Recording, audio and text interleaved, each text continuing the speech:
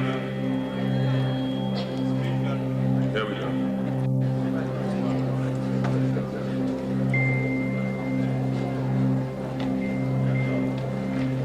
I would like, before I begin, to say this is just informal conversation, and ask that the elder in this auditorium this evening give me permission to speak, if I may have that, please. It seems like you're the one. Thank you. Welcome once again to another of Nahasi Unearthed Marcus Garvey African Scholar Lecture Series. Today we have the pleasure to have one of our brothers and renowned scholars in the whole effort of bringing African history back into world history. And primarily, one of our elders who have worked diligently and persistently over the years to reaffirm Africans' presence in the ability to produce civilization. John Jackson has said that culture is one when a person learns a behavior and duplicate it consistently. But he said a civilization is one when it produces written text by its scholars and scientists. Dr. Ben has been one who have been about the business, the work, to reaffirm to African people and to the people of the world that African people 6, 8, 10, 12, 17,000 years ago had scientists and scholars. And those individuals and that culture has been the hallmark of human civilization until today. I like to say that I'm glad to see so many Africans out today. And I know Dr. Ben is glad to be received by Philadelphia so warmly. The Nahasi Unearthed Lecture Series is a series put together to bring about information to reaffirm Africans' identity. The lecture series was developed by the Sophie Williams Committee, which is a committee of the Universal Negro Improvement Association and Africans Community League. We were established in 1916 to do just what we are doing today, and that is to reaffirm Africans' place in the world after 500 years, 2,300 years of brutal annihilation in the world history picture. I will not elaborate much longer because this time is for our elder, Dr. Ben, to present to us this evening in one of his many various topics, and that is African origins of the world's major Western religions, Judaism, Christianity, and Islam. And I like Philadelphia to give him the spirited welcome that he's entitled to. And after the lecture, we will have questions. And after the questions, I would like people to hold up for a few minutes and let us get some announcements and some networking going on, if it's possible. So, with no more further discussion, our historian and elder statesman, Dr. Yosef Ben Jochannan.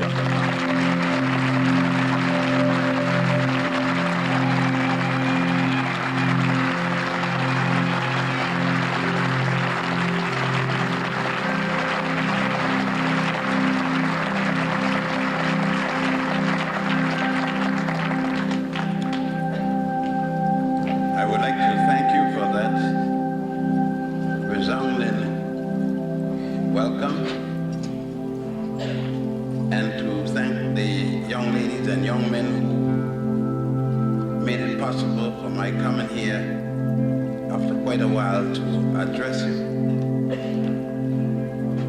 When people speak of religion, but before we go into that, let me equally pay tribute to the Honorable Marcus Messiah Garvey. Brother Garvey, although doing his utmost to bring to our people the cognizance of their African heritage and to ask as many as would go and return back home, kept in mind the need for spirituality. However, he was unable to deal with it in terms of an African base. Just he was unable to have people accept the term African in its entirety. When you think of the name of the organization, it will tell you the struggle the men had in Jamaica, in the Caribbean. He started an organization by the name of African Communities League. But when he came to the United States, we were not ready for the word African, though we were allegedly ready to go home. We accept ourselves being Negro, but the continent being Africa. Quite a contradiction.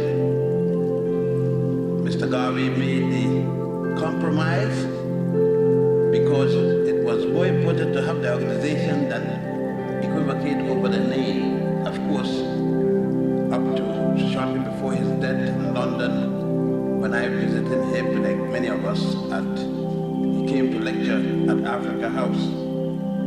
And myself, a youngster, I think I was the youngest in that house that day. There were men like Nkrumah, Azikwe, Awolo, Nyomboro, and names like that, most of whom are now dead. When he stated that that was one of the drawbacks he had, the fact that he could not have his organization named in its proper way as the people of the organization. And I need to say, another thing that Mr. Garvey was ticklish about was the fact that he had to name an organization, his religion, in a similar manner as he had named others and give titles that were so similar as the European. But at the time, our people were not ready to have other names other than that which Europeans used. I don't think we've changed much since that time. I think in some contexts we've gotten worse. So I'm going to speak this evening in terms of these three different religious groups. One of the problems is that we have gone from the religious basis of religion, not even the theosophical basis of religion we maintain. Most of us treat religion as if it's a definite thing. When we say Adam and Eve, we think that there was a fellow named Adam and there was a woman named Eve. Literally. We don't understand that it's a theory of a group of Hebrews writers who were not there with Adam and Eve. I know you're going to question me, but then if Adam is the first man, nobody's there with Adam.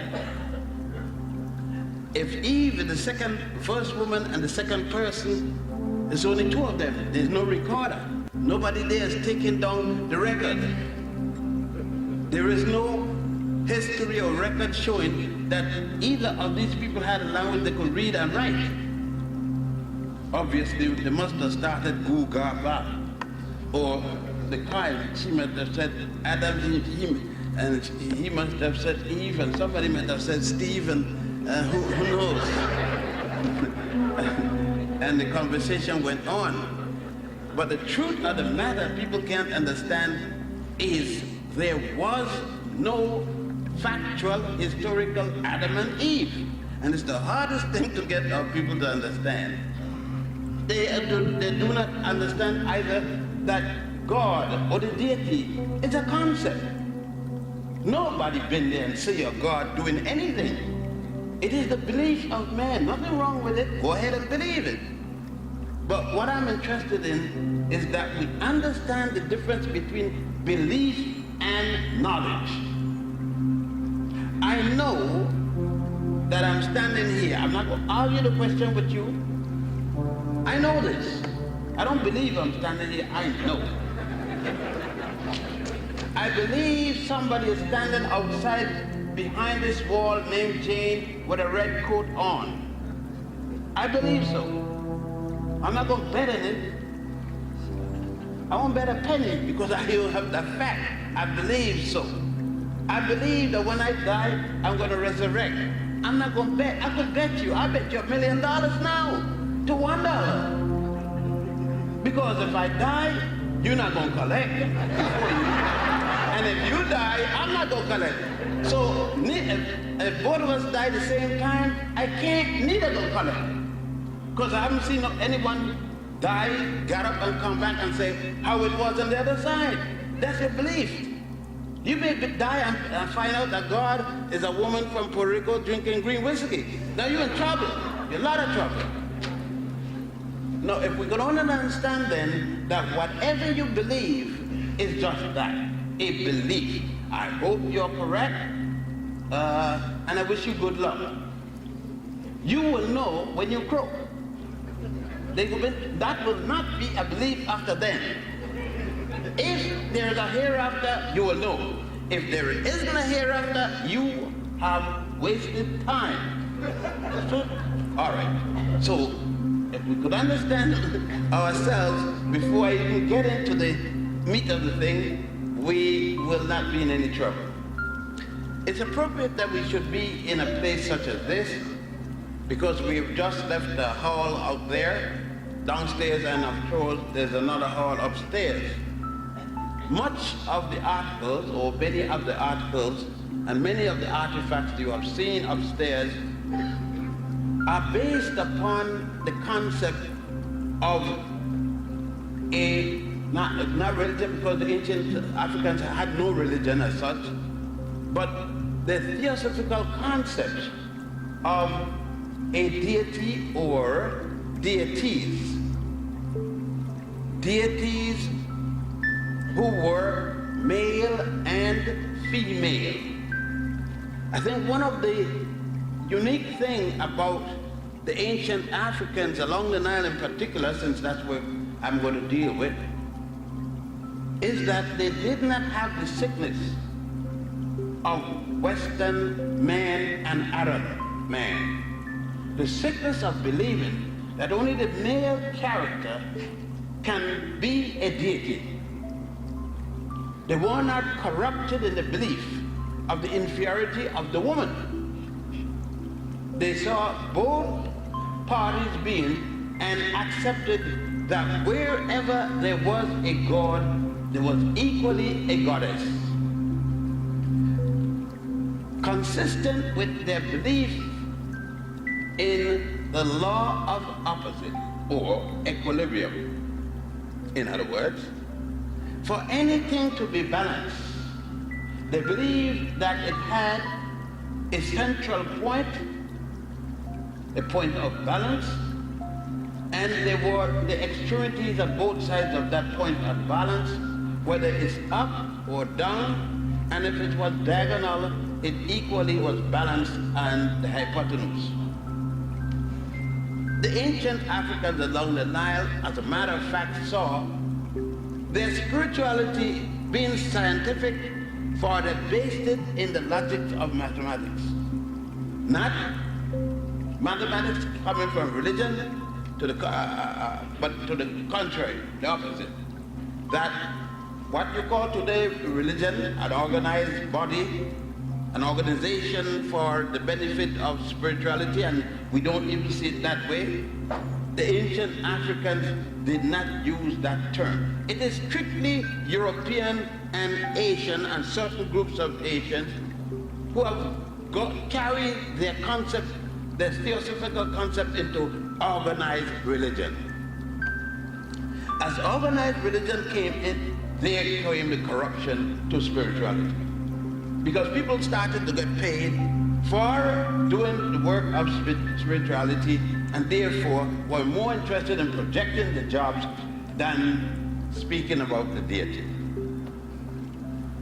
Let us take the background for what I'm speaking about, and let us take a timeline in order for you to follow me and understand what I'm speaking about. Based upon available records to us, and since I have no contact with outer space, with angels or gods or goddesses, and I have no Ouija board that I deal with, or tarot cards, or tea leaves, or anything like that. Believe me, I don't deal with anything that I'm lost when it comes to anything like that. I must deal with documents of the past. My records, and when I speak to you, it is because I have gone to Egypt, to Israel, to India, to you name it, wherever they got it. And I've gone to see for myself. Because going into libraries and museums are not enough for me. I am an inquisitive person. I go, and when that's not enough, I start digging. I get pick and shovel and get others with me to dig and find that which may have been buried over thousands of years. To find the truth. To me, there is no truth that's permanent. Truth today may be changed tomorrow. What is right today may be proven wrong tomorrow. Therefore, anything today, I am open for change tomorrow. In such, then, let us take the oldest to the youngest in terms of documentation of what I've been speaking about. Basically, I will be speaking about the religiosity or the form of religiosity that came down the Nile, not gone up the Nile. When I speak of the Nile, I'm speaking from Uganda in terms of the White Nile, Egypt in terms of the Blue Nile. The spirituality that I'm going to speak about comes from the people from what would be today northeast Zaire, ancient Manicongo. I am dealing with the smallest people on record, the Twa and the Hutu, which Europeans call pygmy. Along with those people, those who migrated from the area, Grimaldi that went to the most southern tip today, which was called at one time Monomotapa, and that's the name I still call it in spite of who want to call it other names today. Because if it was good enough, the ancient Africans in terms of this, the name of their country, Monomotapa, I still call it Monomotapa, in spite of the fact that the Portuguese said that the Monomotapa was a bad man. Therefore, some Africans feel that they must change the name to suit and to satisfy the modern ones. I still call it Monomotapa.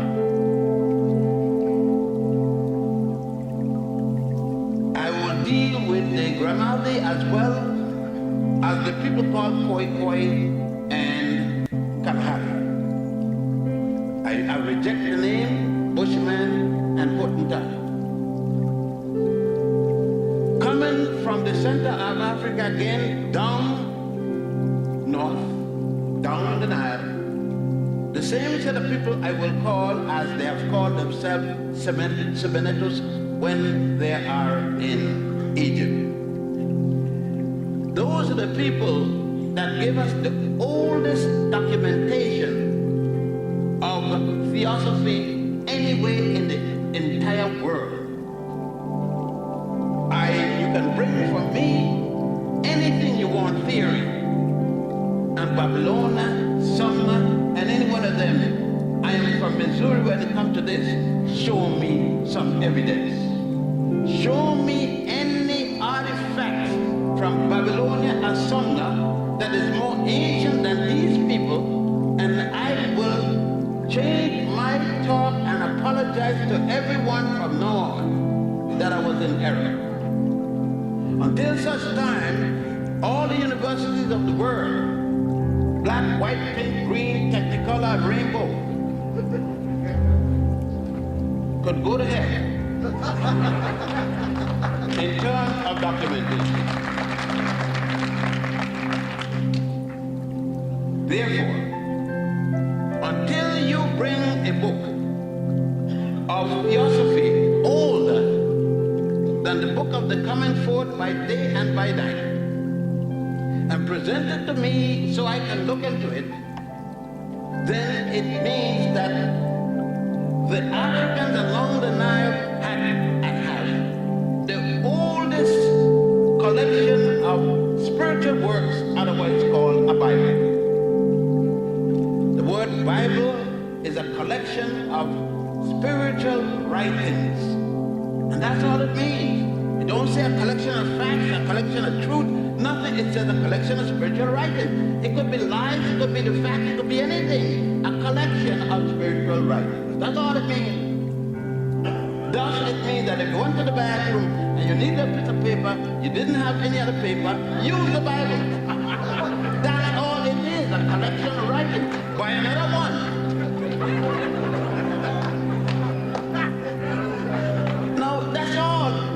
You people scared to touch it. People scared for it to fall down on the ground. And what?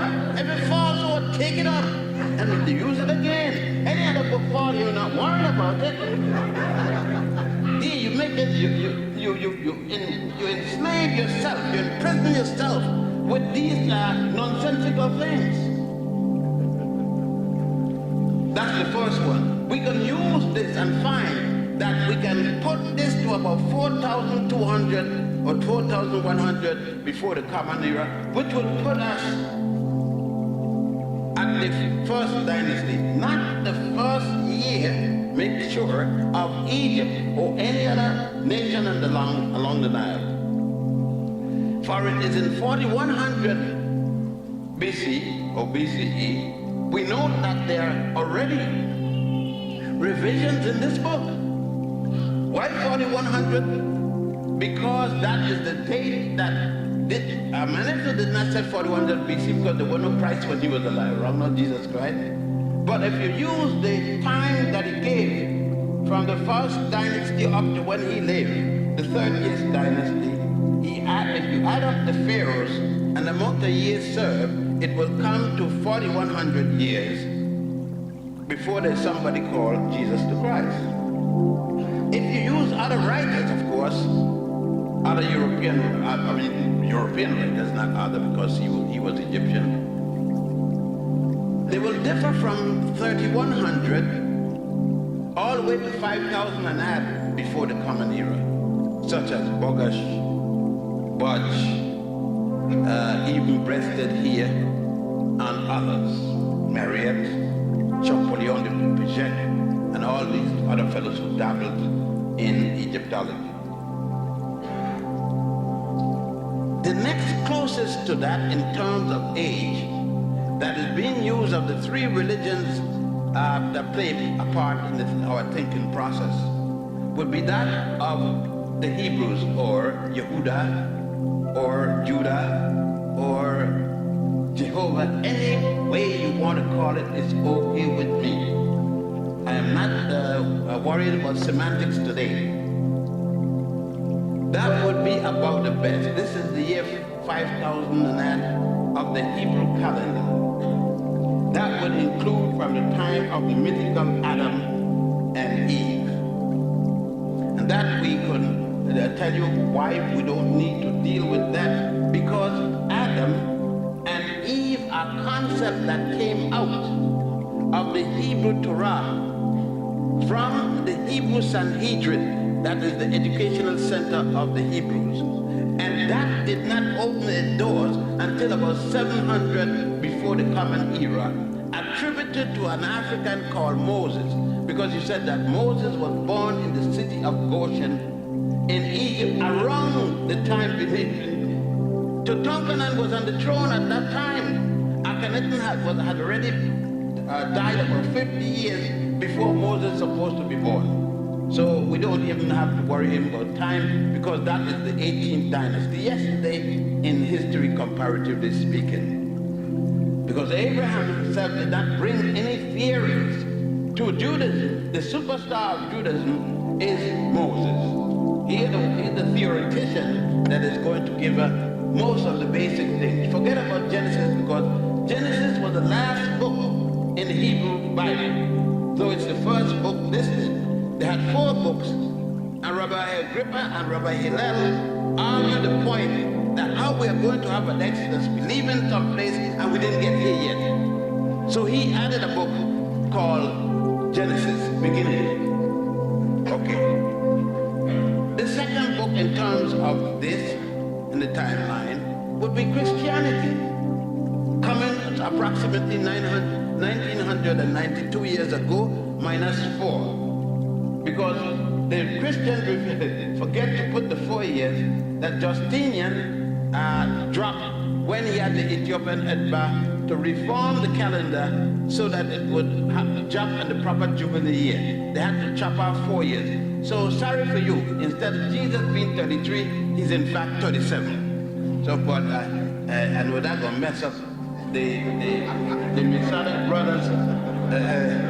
You will not have 33 degrees anymore. You will have to add 4 more to make it 37. And now you'll have a lot of trouble with St. John's Day or any other such days. That will take care of that. Islam, the youngest of the 3, those 3. Christianity, Judaism, Christianity, Islam. Islam is the baby of the 3 in terms of age. You see, we talk a lot and we wishfully want things to be what we want it to be, and we make it that way. Because we seem to forget that Muhammad, M-O-H-A-M-E-T, not M-A-D, no M-E-D, Muhammad ibn Abdullah, the grandson of an Ethiopian woman, member of the Quraysh people, a tribe as some people prefer to say. It was not until 622 of the Christian calendar, Christian year, that he challenged the religion in Mecca. Driven out of Mecca with his 3 companions, Haksad, Kubat, Ibn Rabat, otherwise called Bilal, Umar the Great, and Abu Bakr. They fled to the outside of the city of Medina, northwest of Mecca, where there at the oasis of Yathrib established the religion today called Islam. But that is the chronological order in which these religions or theosophical concept or way of life, you call it anything you want in semantics, it doesn't matter to me, as long as it means what we mean. Let us then look at the fundamental principle that started all of them. First of all, you must have people. The concept of people before you have religion. Religion, people are more important than God. Without people, you don't have God. Nobody can tell you there's a God.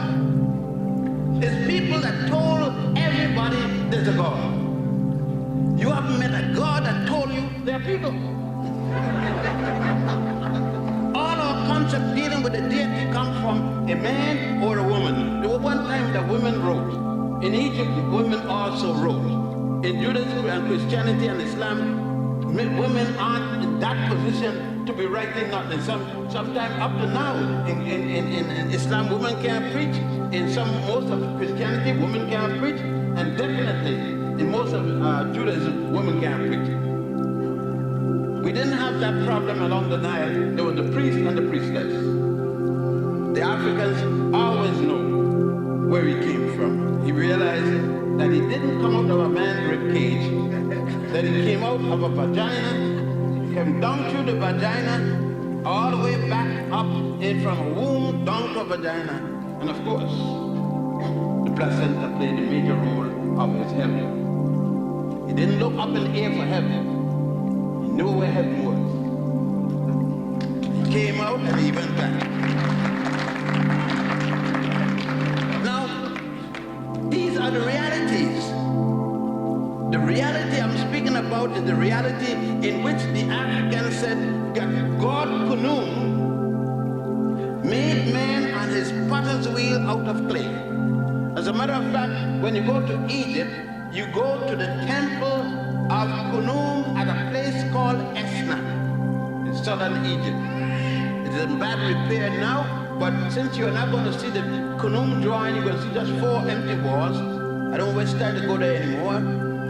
But I go to a place called Angelica Island. They now call it Philae Island. And there you will see the temple of Aset, or Isis. And at the Mamisi, the bird house, on the walls you will see God Kunum making man and a woman on his potter's wheel out of clay, which was copied later by the Jews, except the potter's wheel. Jehovah is going to steal the whole thing and left out the potter's wheel. Not even a good thief.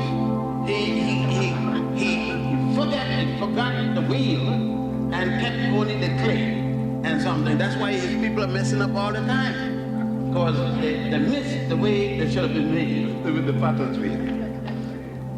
Of course, God, Ptah, is the God in charge of making gods.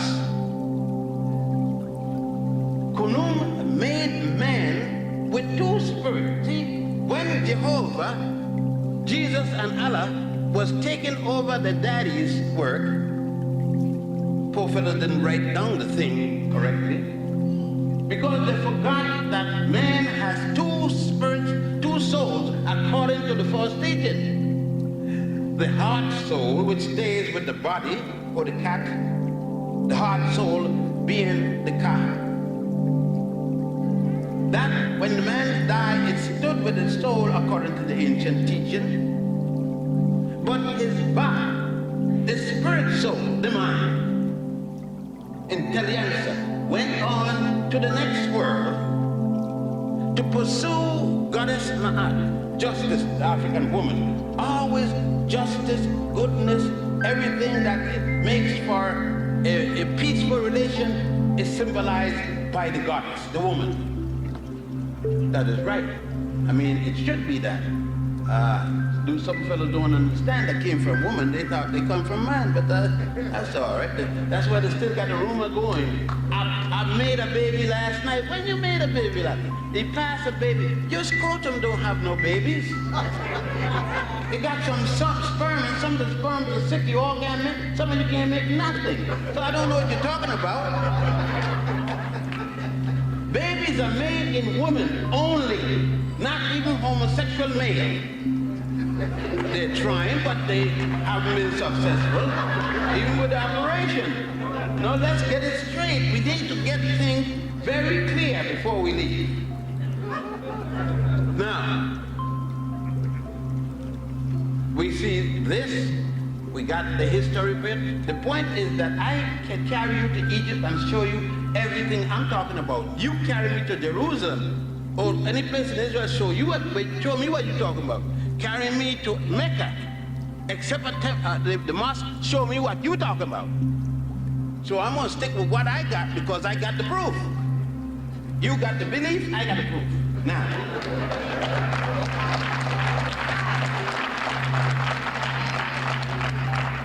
as a matter of fact, I don't have to go to Mecca or Jerusalem or Bethlehem. I could go back upstairs or downstairs and show you. Now, in this thing, we got to stop right here. When we stop at Abydos, a place called Abydos, again, there is a big temple. And there are a number of people right here. I carried you and show you what I've been telling you. Here is Goddess Aset, Isis, becoming pregnant by an immaculate conception. And you see the holy sperm being ejaculated into her by God Asaru, which you call Osiris. On the other wall, the opposite wall, you see her on the birth chair with an elongated, impregnated breast, giving birth to God for us, her virgin-born child, which is to be copied 4,000 years later by Mary, Joseph, Jehovah, and anybody else for Jesus. I mean, you went and see it. You saw it. You not only read about it, but you saw it in the stone wall. Dug up. Not only did you see that, you saw where the early Christians and the early Muslims tried to dig out the evidence but couldn't. You saw that in a number of temples. Besides the one at Abydos, you equally saw it at the temple of Hathor at Dendera, where they didn't take the children and tried to destroy it. Here they took the soot because they couldn't reach it. And now the soot has fallen off and the evidence is getting clearer and clearer every day. I don't know what people want. When we are taking our trips to Israel and Mecca, why don't we include the whole church, the whole synagogue, the whole mosque to Egypt, down the Nile, and to look at those places? When we are going to the Holy Land, why not go to the first Holy Land in history at Abydos?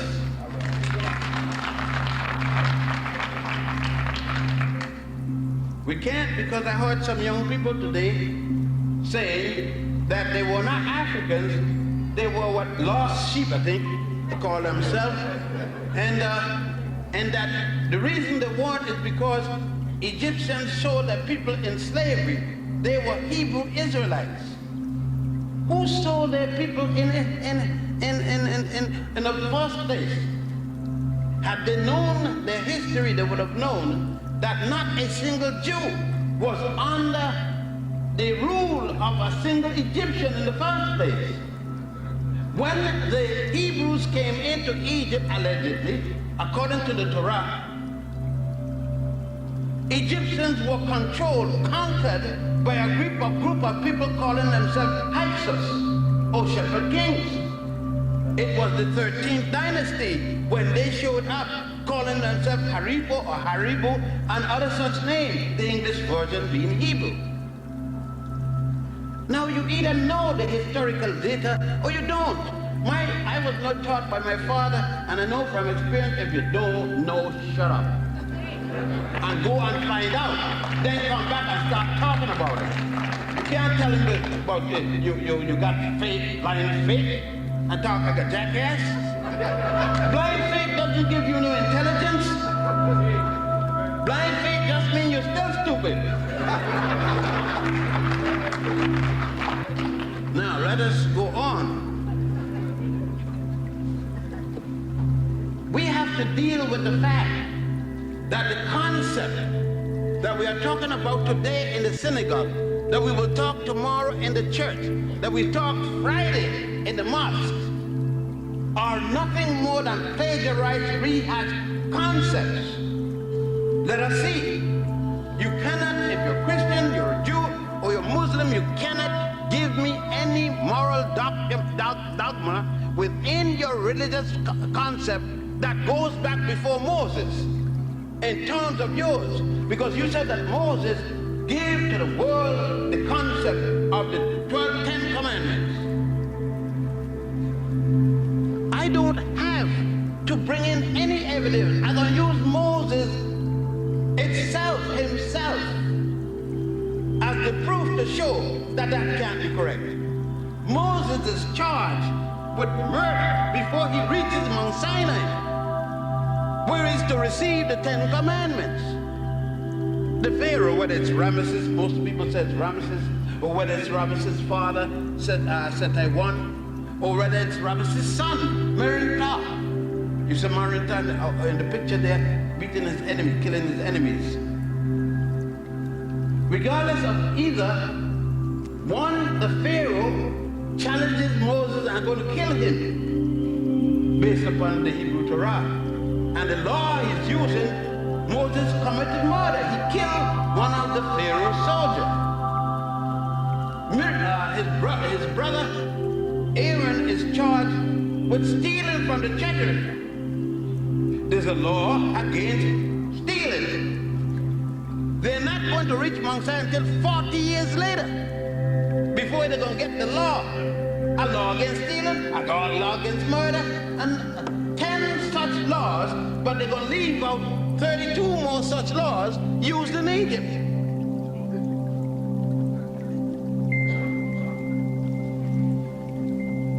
Moses, when he's going to do this, is born there in Africa, in Egypt. He's a soul brother. He goes to school in Egypt from age 7 when he gets his circumcision as he enters the Grand Lodge, and that is based upon the Jewish teaching itself, not mine. Jewish writers wrote this down. And at age 7, since then, all the boys who went to the school had to enter at age 7. He studied there for 40 years without going home. The several liberal arts, engineering, law, medicine, and so on. He studied there and became a priest. They said, the Torah said he was learned in the ways of an Egyptian priest. What other way you gonna learn it? He's an Egyptian, he's never been anywhere else. Never been to school, he's learning Egyptian education. And the things that I stated is what a priest had to do. He's 85 years old already when he finds out that he's a Jewish. For 85 years of his life, he doesn't know he's Jewish. Certainly, he's raised by the king, the king's daughter, find him the princess, and the king is killing all of the little boys who aren't Hebrew, who aren't Egyptian. He looked like any other Egyptian that I know in the room here, and so the king doesn't ask his own daughter, how come you bring back a little girl, a little boy child? I mean, when did you get pregnant? Who made you pregnant? I mean, can you imagine the king ain't saying nothing about it? Somebody made his daughter pregnant, no marriage, no nothing, and the king doesn't say a thing about it. I mean, you got to use your head about this story. Your daughter come in the house with a baby. You gonna ask, well, how? You gonna turn Indian or something? How?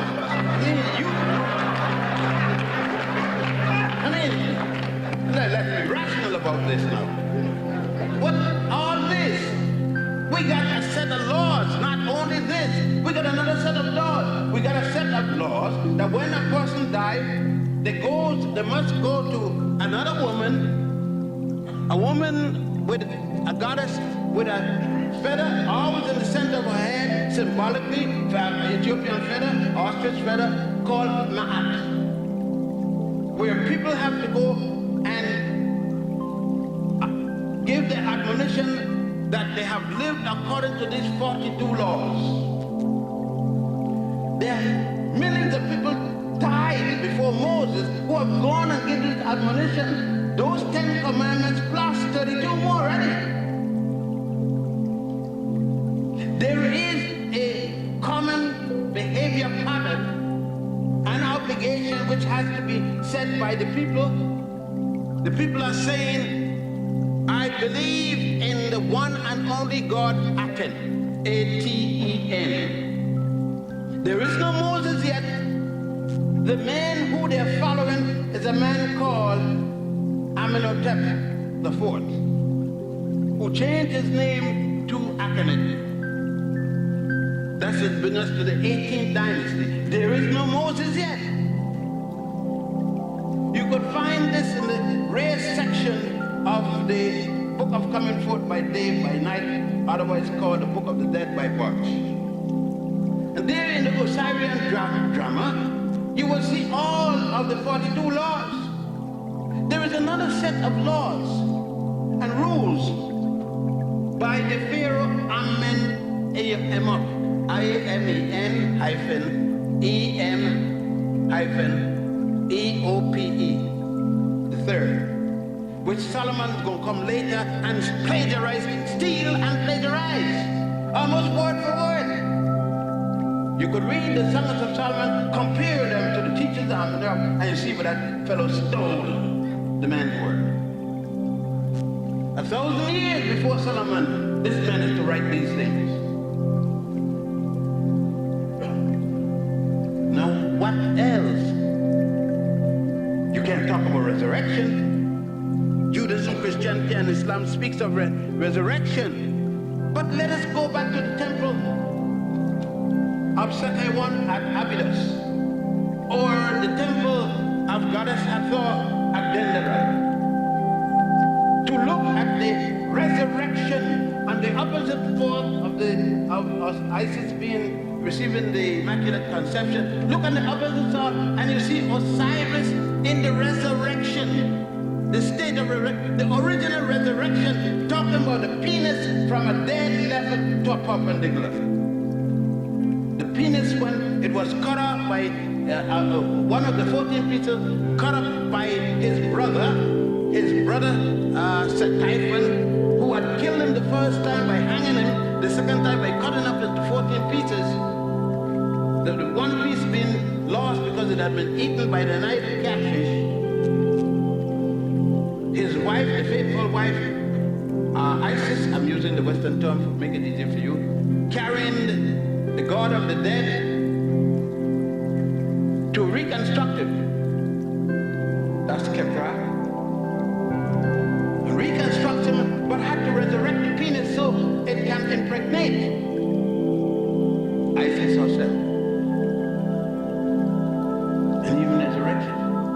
Not only that, the tomb of Osiris, they said, move an entire wall. When he was resurrected from his tomb, Jesus only moved a stone.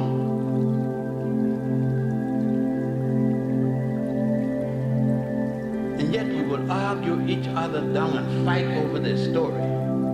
These allegories. These are the fundamental principles upon which Judaism, Christianity, and Islam rests. Without them, there is no Judaism, there is no Christianity, and there is no Islam. And that's what we refuse to deal with. We refuse to see, like you said, in blind faith. I know there was something before, but this got to be better and different. Yet it was before. Who are you talking? I know there's a hole there, but I'm going to play like it isn't there until I break the neck. And that's what we want to do. Yet, within all of this construct, we said that truth, godliness, and truth are the same things, we say. Then in the face of truth, make your godly change. No one said to you that you got to give it up. But wherever you deal with, make the distinction between that which is belief and that which is reality. And we can't make the distinction between something real and something belief. Let's go back to other fundamental principles in what I'm speaking about in terms of our religiosity, or I prefer our spirituality. When the Africans along the Nile, for instance, one of the common names used by many of the pharaohs for a long period of time was son of the sun, SOS, like they say for a ship. And a pharaoh was known as the son of the sun, the S-O-N of the S-U-N. Because Ra was the symbolic god, symbolized by the sun. The ancient Africans alive long did not believe the sun was the god, the deity, but the sun was symbolic of the deity. What it meant, that if you want to know what the deity was like, it is like the sun. he was like the sun. They would say, just as the power of the sun, so plus is the deity. Ra, which was the god of the south. Amen, the god of the north. Amen, the people in the north that worship Amen, the leader was a man called Scorpion, a king. I said before, in the south was a man called Nama or Mena. Sometimes he is also said to be named Aha. The reunification of Egypt, because Egypt was a state before it broke up into two, but the reunification of Tawi, the north and the south, the two lands, at a place called Memnefa, where the fight went on, the battles of the north against the south, and the south against the north, before the south defeated the north, Nama defeated Scorpion. It is then that Ra and Amen, again, another lie. Amen means Soviet. Who said so? When did Amen become Soviet? Amen was the god of the north. But when Nama defeated Scorpion, he took the two god concept, joined them in together, thus you had Amen-Ra, Amen-Ra, one. Later, Amen-Ra became Amun-Ra, A-M-U-N-Ra.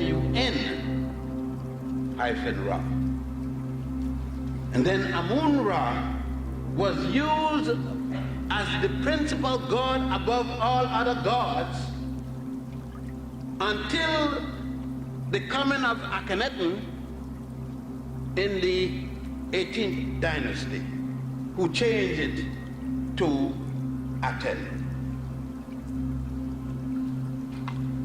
I must re-emphasize, there is no Allah and there is no Jesus yet used. Now all this is going on. Millions of people along the Nile and other parts of the world are worshiping this. After this, another aspect of Africanicity came about. A group of Africans carrying the name Tumul, T-U-M-U-L. You know them as Dravidians. During the time of Thutmose III and before then, leave the continent of Africa, crossed over into the continent of Asia, went on down, captured the nation called Chaldea, changed the name of it to Elam, calling the people Elamites, went on all the way down to a place called today India, took over the Indian River there, name it for General Ganges of Ethiopia, introduced the indigenous people to a religion and religious teachings under the concept of the worship of an African woman called Hathor, who is shown symbolically as a cow called the golden calf by the Jews later. In the Bhagavad Gita, the Hindu priests, the Brahmins, they themselves give credit to the Tamils, these Africans, these black people in the southern part of India, yet the same people that use the religion of the people that carried it in there still make these people untouchables. But they're right, because we're always claiming everybody, and yet nobody wants us.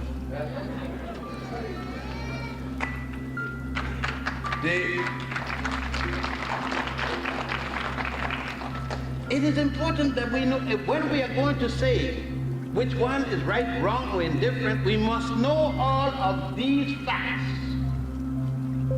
You cannot know just a Bible. You cannot know just a Torah. You cannot know just a Quran. You must know all the other works that went on to make those things plus others. When you are going to make a decision with a fight between husband and wife and the children, you have to hear the husband, the wife, and the children. You can't hear either one and then make your decision. You can't read just the Quran and tell me it is the best. Just the Bible, tell me that is the best. Just the Torah, tell me that. Or even just the Book of the Dead. You must have read all of them. And sources that bring them about to make a proper analysis to reach to a proper conclusion. I don't care what the conclusion is, but I want that you have read all the facts available on all sides of the story in order to come to a conclusion.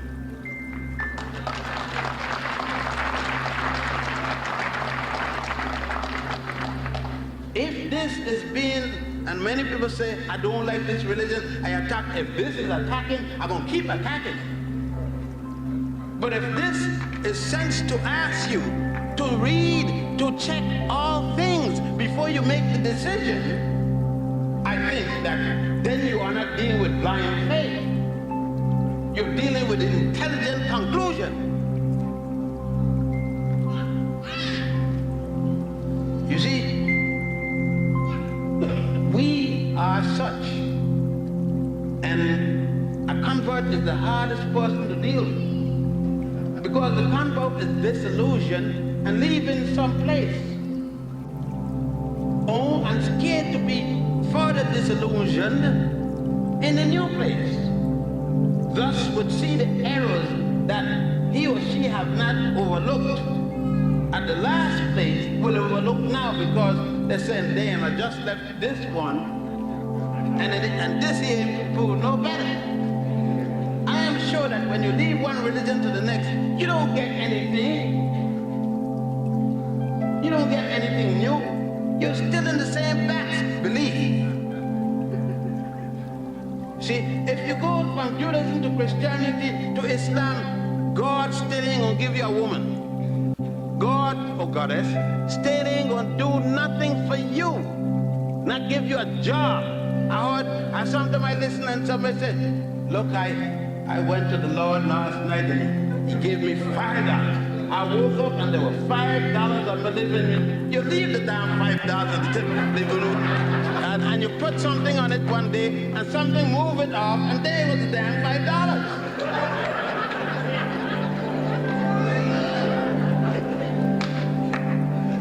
Where they got a printing press in heaven, or where heaven is, if God and you got such a contact, call him up right now, and let him talk to me.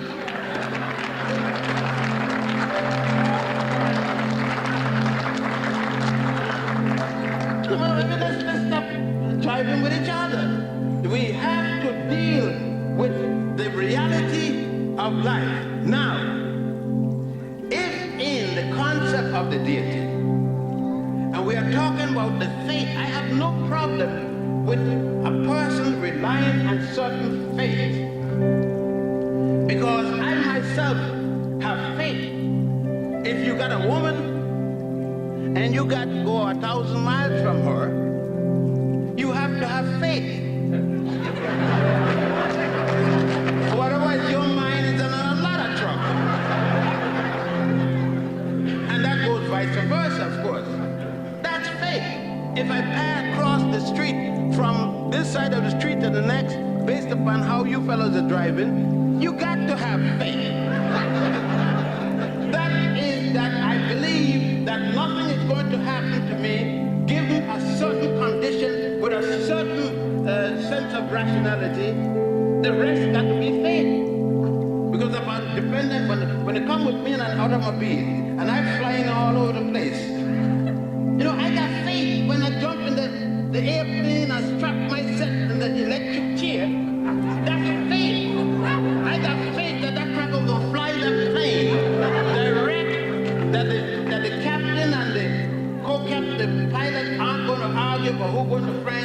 to Germany at the same time. They got to agree that they're going to the same place. Now that's fake, because I ain't got no control over it. That's fake, lying fake. I got no choice. But if I got a choice and I got a 38 and say you're going to Cairo, border you, that ain't no more fake. That's a gun. He going to Cairo. You see what I'm dealing with? One has to really deal with the reality. So, although we deal with the input of what goes into the thing, we also deal with the rationality we're talking about. The detail as to whether one eat or drink or don't eat pork or this, that's another thing that has got clear. The ancient Egyptian not only ate pork, and particularly on December 25th, but they use medicine made of pork, a pork fat. I suggest that you take up a copy of the Ebers Papyrus and a number of other papyri and saw where the ancient Egyptians used melted fat, especially to make the capsules and to use for health measure.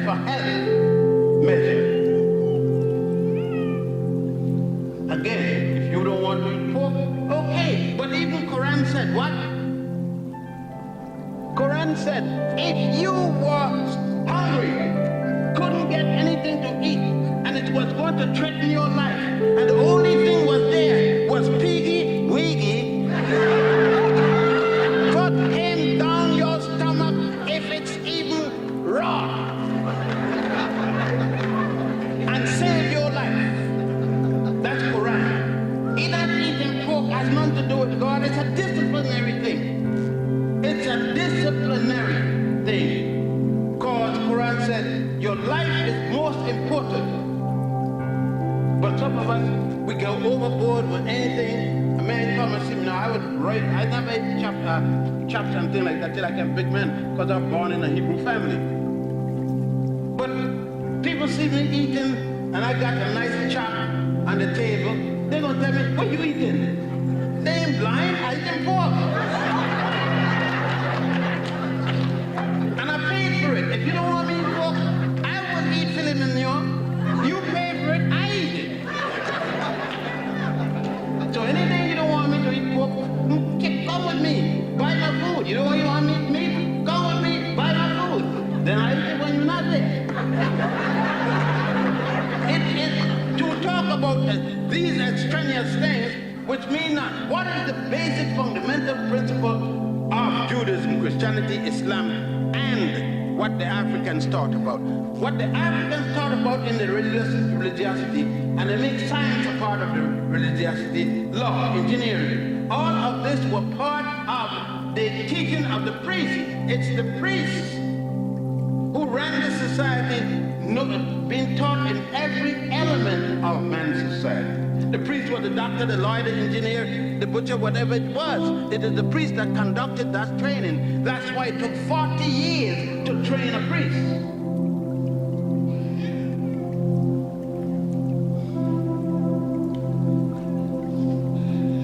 In these papyri, we come now to a thing that's going to get me in a lot of trouble. But trouble is all I ever had. The ancient priesthood was in charge of two aspects that govern the concept of feeling, to thinking, and so forth. One was astrological, that dealt, and one was astronomical. Astronomy dealt with the complex measure of distances, one body to the next, in terms of, spherical dimension, the stars, the moon, the sun, and so forth. Astrology dealt with the physical aspect of the movement of these heavenly bodies. Let me be more specific.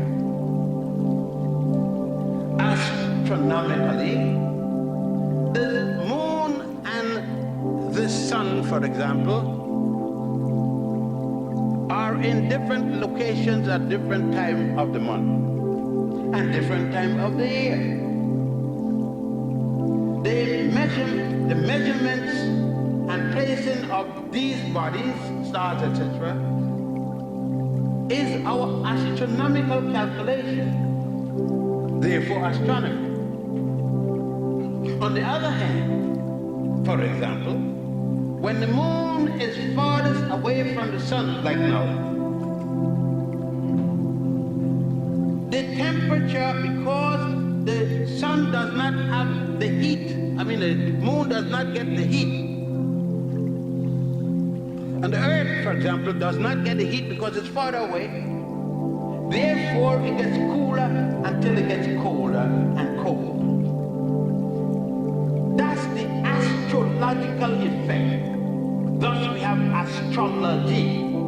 It has nothing at all to do with whether Charles was born in January and was making love to Mary in June. Got nothing at all to do. That is Greek mental illness. The Greeks are the ones that introduced that. Not one single Egyptian or Nile Valley African had anything at all to do with that madness. I know I told you I'm going to make a lot of enemies. Because a lot of you ain't going out at your house tomorrow unless you consult Mary Jane and her sloppy charge. You're not going to marry nobody unless you're not even going to bed with anybody without consulting the chart. I saw a sister the other day who was with a man and they had the proper chart. It was perfect. I saw again and she had 2 pounds of steak in her eye. And I said, what happened? That son of a bitch hit me in the eye.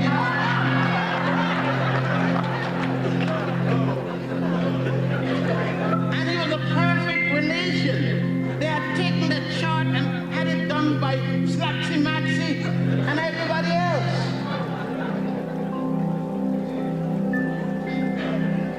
Now, she couldn't go with me because we were born in the wrong signs.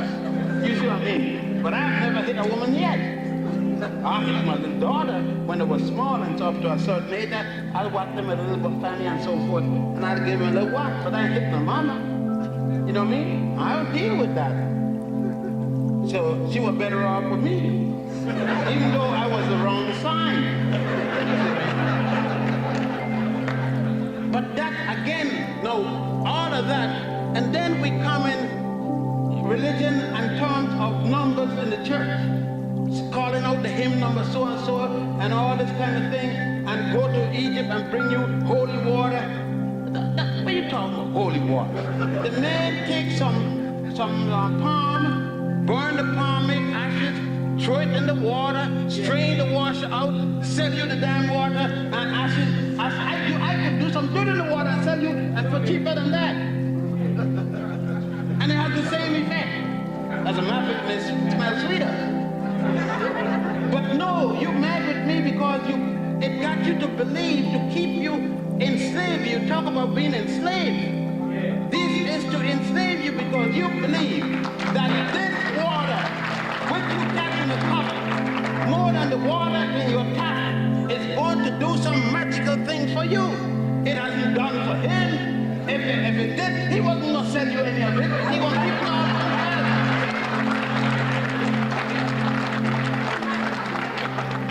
And this is what we mean.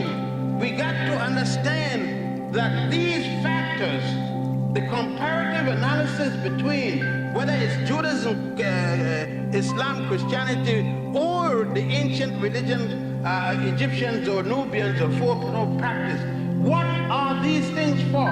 They are for your betterment. They are supposed to be designed for your betterment. Whenever they do not act in your behalf, it is time for you to release them and go to something else that would assist you in your betterment. That should be what religion is for. Religion should not be something to tie you down, to hamstrap you to the point where you cannot better yourself.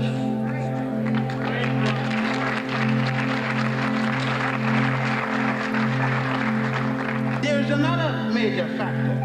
Whenever the religion is going to make you and you and you and you and you and me fight each other,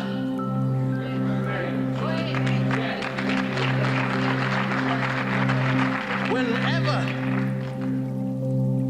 religion, I got a daughter, is a Jehovah's Witness, I go to anything she gave, including visit Jehovah's Witness many a time. My son-in-law the other day was going to be a lecturer or whatever they call him. He's going to preach. He'll be now a preaching man. And he was going to move up there. My daughter invited me. I went.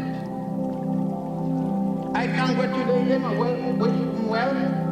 Yet they have never come to any lecture I gave. They cannot come. They're not permitted to come to a lecture I gave. It's worse than that. They don't recognize any of my relationship. It is not good because it wasn't sanctioned by some guy in Brooklyn.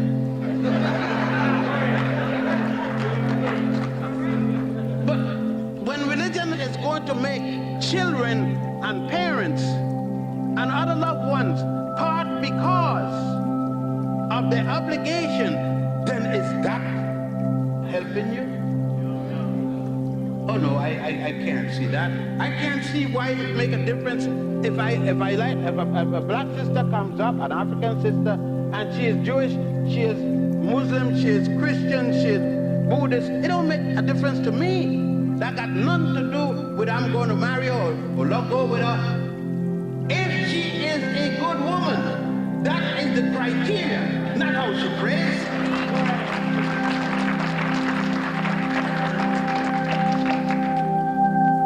And then does it make a difference if I got a Magen David or I got a crescent or I got a cross, but I didn't support my child? And I'm making oodles and noodles of money, but I got all these things, and I tell you, man, I'm a Christian. I'm a Muslim, brother. I follow Malcolm. What big deal? And you don't give your son, your daughter, a piece of bone. No, it is about time that we understand that most of us are Christians because the slave master was a Christian. Most of us are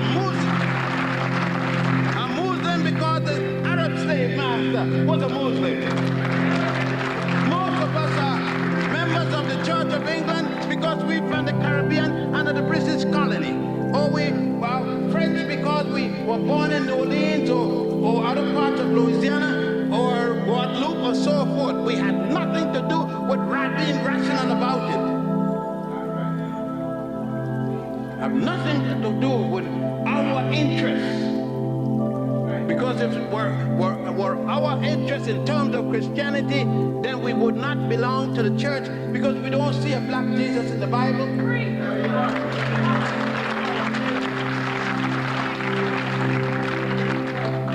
There's so many things in which we have to look in all of them. There are the differences. We can see them. There is no doubt where religion started. It didn't start. You even go back in Islam. Islam doesn't have an existence. The Arab doesn't have an existence without an African woman. It is out of an African woman that Ishmael came. Ishmael came out of Hagar's womb in Egypt. And Egypt is in northeast Africa.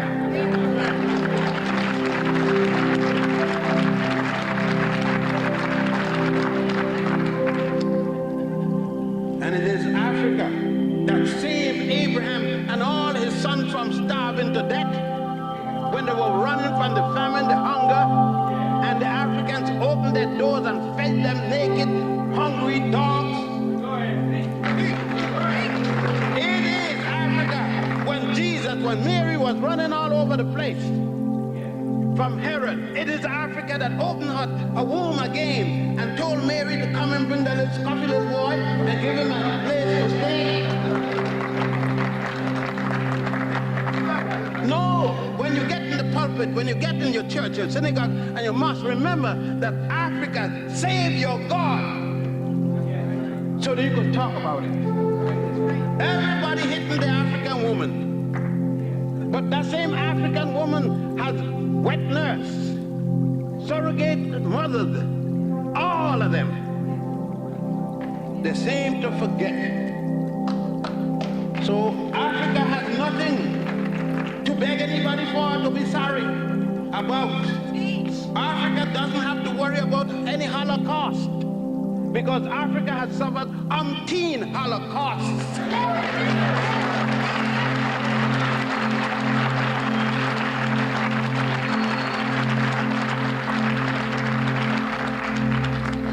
Africa, when she set her moral values to give it to the United States of America so that they could make a lopsided scale instead of a proper balanced scale and call it justice. Stupid Tom up there, that's Clarence, Yale boy.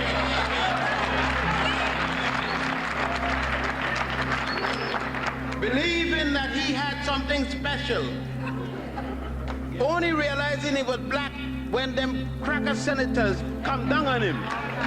Then he hollow, I'm black. That's the way they treat black people.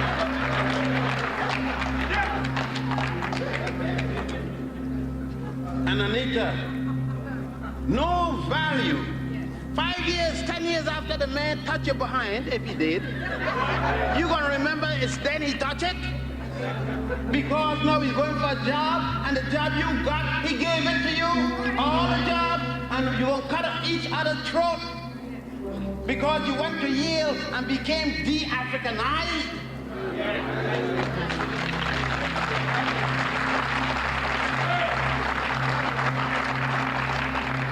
Yes, and all of them are religious. Everyone, including the senators. One was puffed with alcohol. They call him a Kennedy.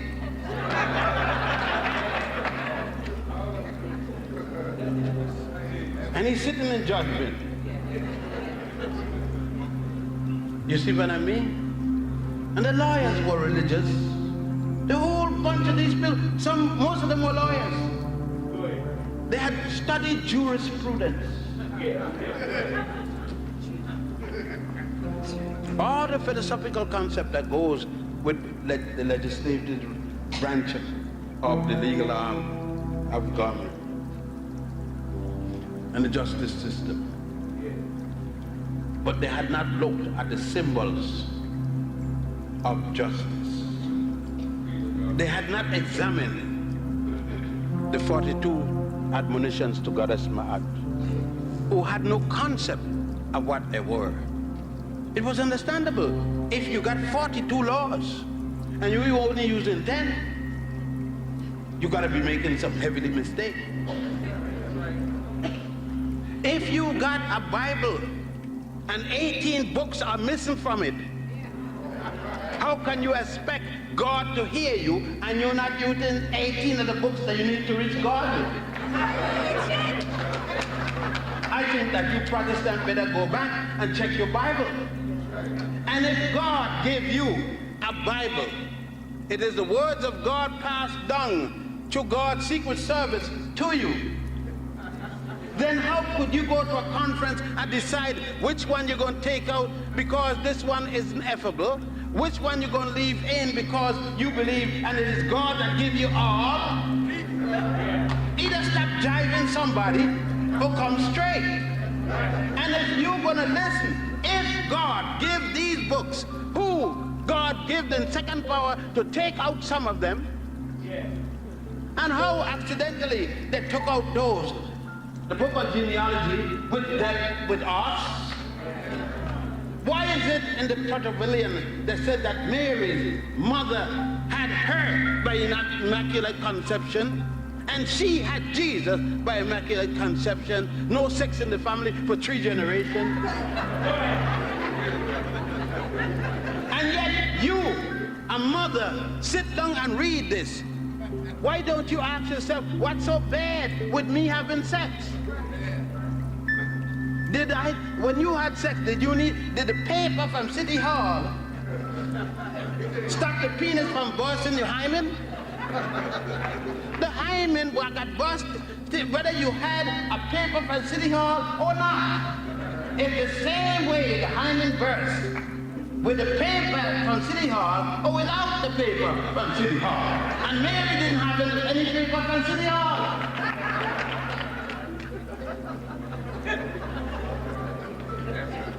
Let us stop and not only argue about the differences. We know the differences. We know the chronology. That's not the point. The point is, how can we use Judaism, Christianity, Islam, the Nile Valley, religiosity to benefit ourselves as a common people?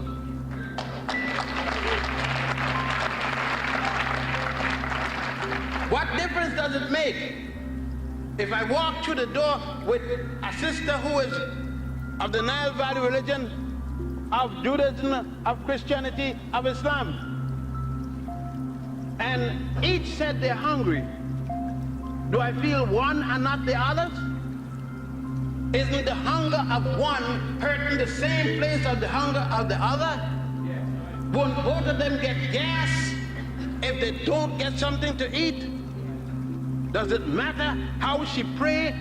If the 4 of them go to pray and call their respective God or whatever, use the Quran, the Bible, the Torah, would praying bring a sandwich out of the sky kosher or not?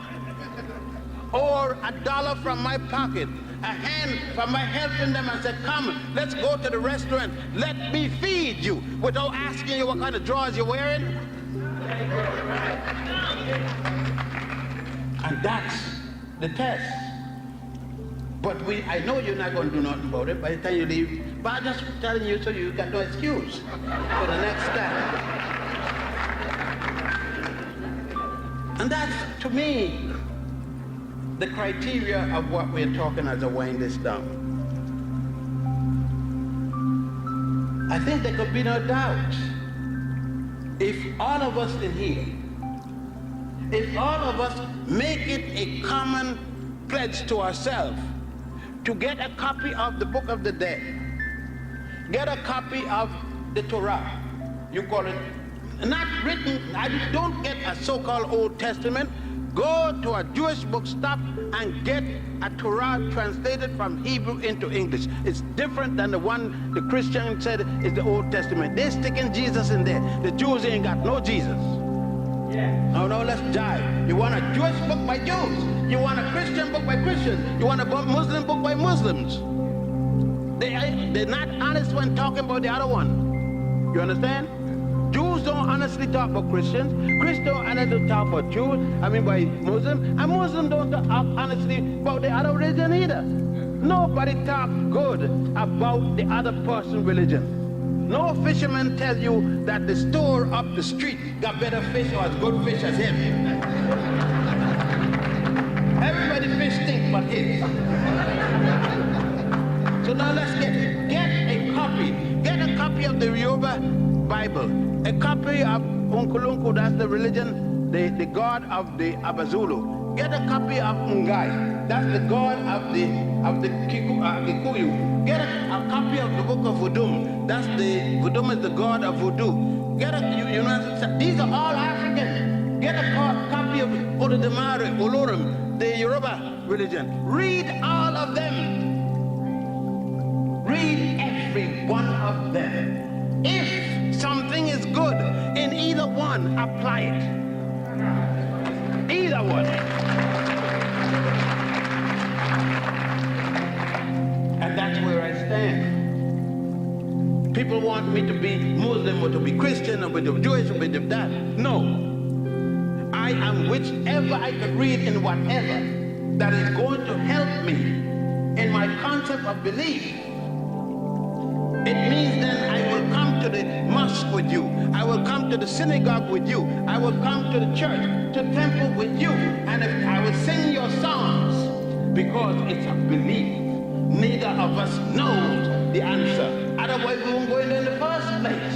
We're going because we do not know. And the issue is not in what came first, but what is going to help either one of us. Because we need each other to get out of this paper bag. Because we are squabbling about who prays to the east or the west, we can't even get out of a wet paper bag. See, everybody converting the other one. We waste so much money trying to convert the next guy. We waste so much money over putting a dead man in the grave. The family is hungry, little children to support grandchildren, and we're spending $15,000 to put a piece of dead meat in the ground. And got people crying, and the minister coming trying to see how much he can get you Christ so you could join his church, and tell you all kind of lie. Well, I know God wants. What the hell he know about God wants? What if he drop dead at the same moment? He don't know he's going to drop dead, but he's going to tell you what God wants. He don't know a damn thing of what nobody wants. He don't know what he wants himself. And this is what I'm talking about in terms, and that's why I got a bad name. I'm controversial because I'm saying to African people, help yourself. Don't let anybody run nothing down on you. Help each other.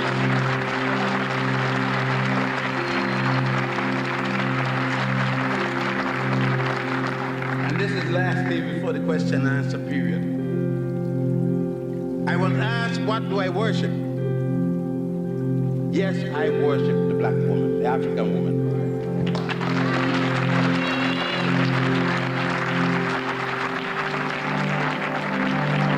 I have no problem when I say it. I will say it anywhere, anytime, any place. I know where heaven is. I don't go up and look in the clouds, see if I see a plane passing by, going to heaven. I know where it is. 73 years ago, I came out of heaven. I was there for 10 months. My mother and father made it someplace. My mother became impregnated by my father.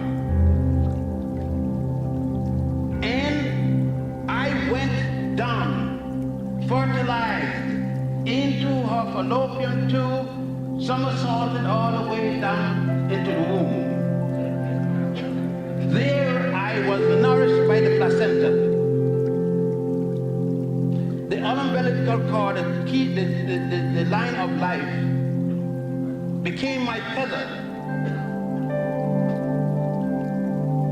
She did whatever she had to do with the illness and different sicknesses and sometimes feeling good or whatever, with the nourishment and so forth, and I came forward. If that isn't justification for me to worship a woman, each day when she lived, each time when the 31st of December came, I knelt in front of this woman, pushed my head to her womb. As the culture of my custom, she put her hand on my head and she told me about all the bad things I did, slapped me in my head and cuffed me up. And when she got mad about the things I did that year, until it come to the last one, then she started to talk about the good things I did. That was the best part. Am I not to worship that woman?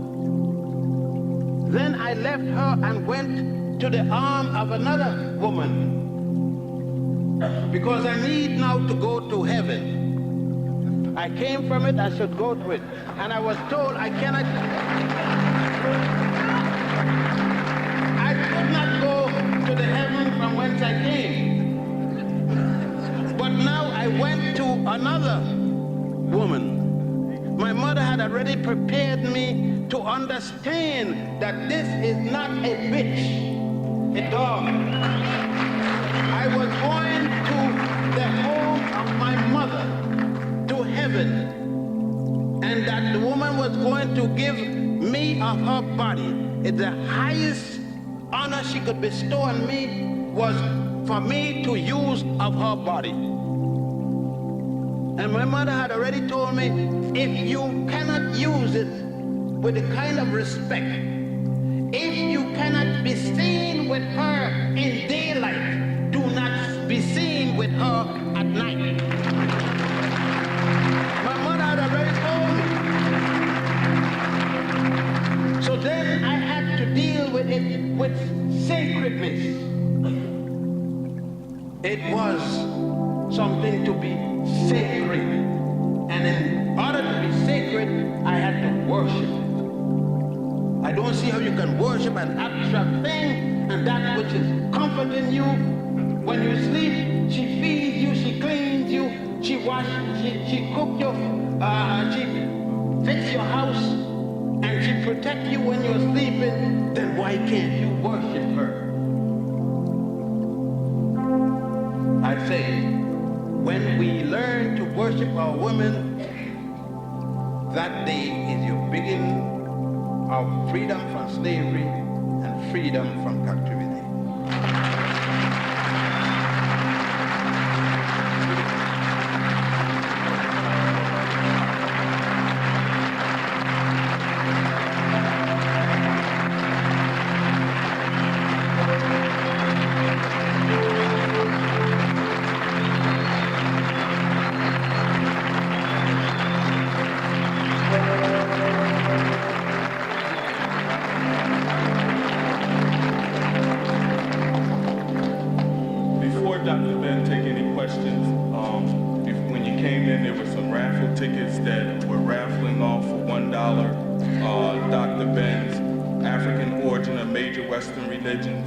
African mother of Western civilization, and black men of the Nile. Depending on how many people are interested in still participating in that raffle, as of this moment right now, we will either take, well, let me ask it this way. Is anyone interested in participating in that raffle? There's people who have the raffle tickets with them now. They can pass it to them. Keep your hand up. So what we'll do is make sure you get the ticket. Anyone has a question? Yeah. Gentleman here? Yes. Zachariah who? No, I do not. Next, stand up, please. Yes. Some years ago, I heard a tape that again. You mentioned that Yahshua Christos was born in a cave in Ethiopia, and that the Council of Nicaea ministers changed the story around and placed it in Bethlehem. Can you tell me the source of your information? You could get the proceedings of the Conference of Nicaea. The Conference of Nicaea is in 14 volumes, both in Latin and in English. And the arguments between the 219 bishops are placed there. And that's the best source because it's the proceedings at the Conference of Nicaea. And as I said, it's in 14 volumes. Thank you. Anybody else? Sister here, and then your sister. Yes, I took a college class in Bible studies, and the scholars of biblical books say that they have no record, there's no archaeological finding of a man named Moses having ever been. That is true. There is no record in any place in Egypt of a Moses, no record of a Daniel, no record of a prime minister of Egypt by the name of Potiphar.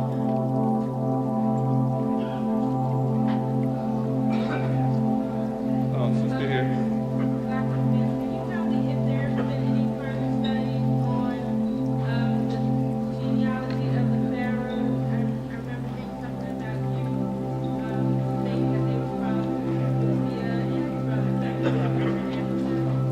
There were pharaohs of Egypt from many places, and then at a point there were pharaohs of Egypt from outside Egypt. For example, from the first dynasty, And that's what we call the king Pharaoh. When Nama defeated, King Nama defeated King Scorpion, from that time, the king of the United Land, United Egypt, was called Pharaoh. At certain time, they didn't call him king. Now, from that time to the last king of Egypt, which was not even a king, it was a queen. So from Nama until the last monarch, which was Cleopatra the seventh, the daughter of Ptolemy the 12th. You see what I did there last? You can't just say Cleopatra. You got to say which one, because there were 7 Cleopatra and 15 Ptolemies. And the one that people most speak about is Cleopatra the 7th, the daughter of Ptolemy the 12th. Now, from the first dynasty to the end of the 12th dynasty, you have nothing but African pharaohs. Pharaohs who came from what was called Waset. The Greeks had come and changed that to Thebes. Today, the Arabs call it Luxor. Then you have from different parts along the Nile and even in Thanis and so forth. In the 12th, at the destruction of the 13th dynasty was by a foreign people called the Hyksos. People coming from Asia around the tributary, a little rivulet that connected to the Tigris and Euphrates. They also called themselves shepherd kings. They came with a leader by the name of Salatis. They penetrated Egypt from the coast, the Great Sea, which was now called the Mediterranean, all the way before in the north to a place called Abyss, where they established their capital. That's still in the delta. It is not even as far south as modern-day Cairo. They were repulsed in the 17th dynasty by a southern pharaoh by the name, a southern king, by the name of Amus, A-A-M-U-S-C. Amus was killed during that battle and was succeeded by his son Thutmose I. Thutmose I was replaced by his daughter, who took the throne from her little brother, who was supposed to be legally it, but she was a woman where he was a boy. She became the only woman king in the world. She gave herself the title Queen King, wore a beard, put on a false beard like a man, put on men's clothing. Her name was Makare Hatshepsut. Her son finished the pushing out of these people, these foreign people, otherwise the Hyksos, and by this time we are in the 18th dynastic period.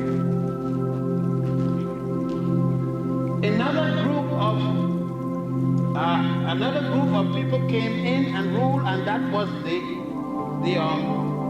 Ethiopians and the Nubians. But before they came in to rule, there was still another foreign group, and that was a group of people called the Assyrians. It had nothing to do with Syria. The leader of the Assyrians was a man called Ashurbanipal.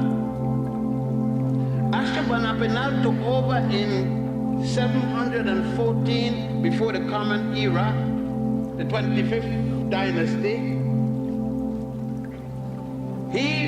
They ruled and was pushed out by the Africans again, Nubian kings, and they remained into power until a third group of foreigners, also from Asia, came. That would be the Persians under the leadership of Cambyses, who was serving Darius I.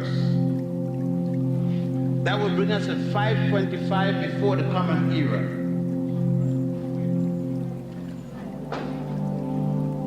The first group of Europeans are to come as conquerors. That would be the Greeks under the leadership of Alexander II the son of Philadelphus. And that would be in 332. The Greeks, or Macedonian Greeks, ruled until the coming of Augustus the Caesar, and that would be 47, while on the throne was Cleopatra the Seventh, the daughter of Ptolemy the 12th, who called himself the new Osiris. And so ended pharaonic rule. So you had all kinds of people. By the way, the Jews who claim that they were ruled by the Egyptians that mistreat them, that's a lie, because the time when they came in, the Hyksos was ruling. And when they're supposed to have left, the Hyksos had just lose the left. So that if they were there, they were collaborators anyhow. Yeah. And were kicked out at a particular time. But there's no mention of such in any Egyptian writing or any other writing of the nations around the area. Yes, I read in the newspaper last week, and I read the editor of the paper answered one of their persons who asked a question. The question was, were the Egyptians white? And this editor, of course, a white editor, said, yes, the Egyptians were never black, and they will never be classed as black. They're black. They're white. Would you please verify that? I think the Egyptians are black. Well, I just went down, and obviously the editor didn't know what I've just stated. They can't say nothing else without knowing the facts, because they have said so that long. You know, I was at the second floor of the museum in Cairo, standing up there, two statues of Tutankhamun facing each other. They face east and west.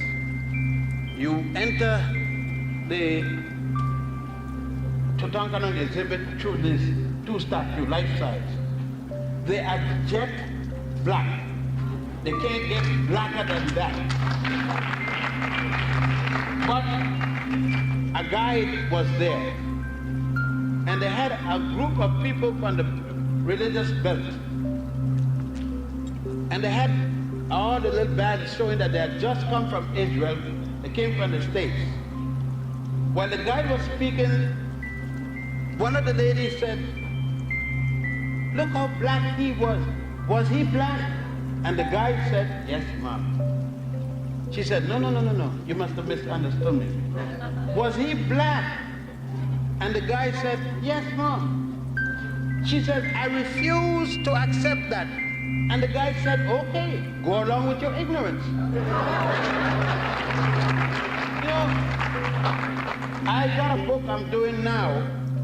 On the second floor, there is a note by Gaston Maspero. And he was speaking about Mahepa. Mahepa is one of the jet black picture in the Book of the Dead, because in the Book of the Dead, the mummies are generally shown as white. White, if it is a god or the person is resurrected, is shown as green, new life, and red. So Maspero could not deal with Mahepa being black. So he said, in dealing with it, the mummy which he saw obviously was about 20 years of age and a relative to Queen Thoya. Thoya is the mother of Ramesses II and wife of Seti I. And he said, he was Negroid, but not actually Negro. Now, you know,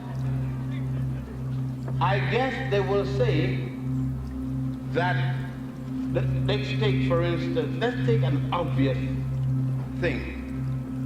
Queen Nefertari, not Nefertiti. Nefertari was the queen of Nubia who married Ramesses II, the king of and pharaoh of Egypt. I wonder what that editor will call their children. I mean, in America, have you got 1 billionth to the trillionth power, to the X factor minus, and square the differential of that, you got black blood. Look, this system is so racist that you right in here, you got Merentar Ramesses' son out there, killing his enemy, and you see the enemies in 4 different colors. The only color you don't see out there is black, white. Now, the European told us all kind of things. He tells us, number one, he tells us that white is not a color, then how the hell do we see them? Anything he tells us, we're supposed to accept. When I was going to school, they tell me there were 5 continents. Australia was the biggest island. Now they got 7 continents, and Australia is one of them. They tell me the lion was the king of the jungle. I went to the jungle looking for a lion and couldn't find a single lion. And when I asked the people, how come I can't find a lion, they said, they don't live in the jungle, they live in the prairie. The lion is a prairie animal. His main food is the giraffe. The person, are you foolish? How could a giraffe run in a jungle? The next piece of food is, the next piece of food is the donkey in the pajama. They call him zebra. And zebra, everything the lion eats is on the prairie. The prairie animal will die 24 hours in the jungle, lion dead. The next thing, if he's the king in the jungle, you never seen a lion messing with a rhinoceros, and he's king. You never seen a lion messing with a elephant, and he's king. I can think of a lot of things that I don't mess with. So there are a lot of things that they decide if it's right or wrong. The point is, I don't pay those jackasses. No. Do you think that I pay this museum? Here we are in a museum. Do you think I give much thought to what they say here?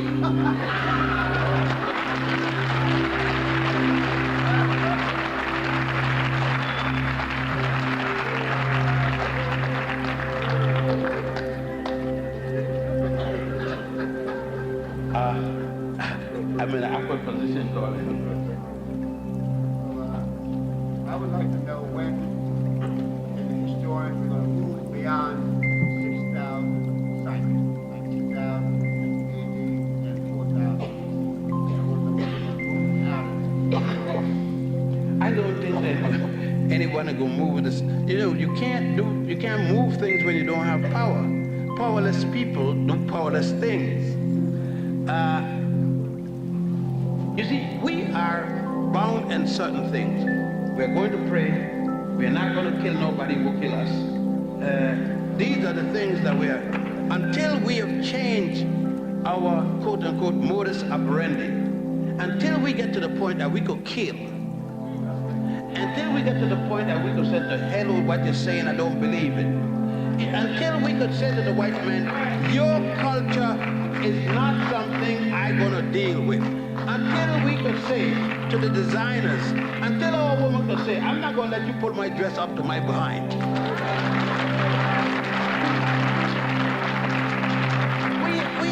We have to be able to say that styles, that's this, that all them stupidness don't govern me. We have to, we can't say we're going to be an African people, yet do everything that they tell us to. And until that time, we're not going to change anything. Yes. It's nothing, man. Once you surround the scene, outside, stand up, in this scene, I understood everything was through what called the silent realm. And it's what I can do to understand the generation of sick priests is taking his wife in the underground, outside in the underworld. Yeah. And then she proceeded him in death and community. Yeah. His heart is weighed on the scale of the eye, and he has passed his judgment. So is pointing the scene, writes it down. And after that, he kneels down, and his head turns white. The machine in front of him also seems to be on fire. So that's what I can't really understand. Well, number one, of course you know you're dealing with theosophy, belief system. Number one, as they continue, I guess you saw that in the papyrus of Annie. You will notice that as they go closer to the judgment, to meet Osiris, the body becomes whiter, the clothing become whiter. Lighter, from the bottom up, it gets less brown until it gets white, because white is the color of the Dead Sea. When they get to Osiris, he's going to have a green face because it's resurrection, new life. Now, symbolism is the point, but what you're talking about is when he passed the weighing of the heart against the feather of truth. There's a heart, a symbolic heart, and there's a feather. That Amut, the animal that's going to devour the heart. When she passes, it doesn't devour the heart. Therefore, since he now has his heart, he has blood to continue. If he had not passed, Amut will devour the heart. So they show symbolically, they have to show a different coloration. Just for it was, in other words, it's part of it is symbolic, and they use color to demonstrate so you can see the transformation of things going on. Because after that,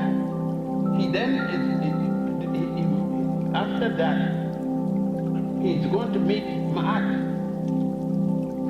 He has to still meet Ma'at. The weighing of the heart is with Ma'at. Now, why carry the mirror? And in this scene, above Osiris, Because she's seen her double, her image. or now above Osiris, it has upside down effect, between the balance of him and the sandy. That's Keprak. Keprak.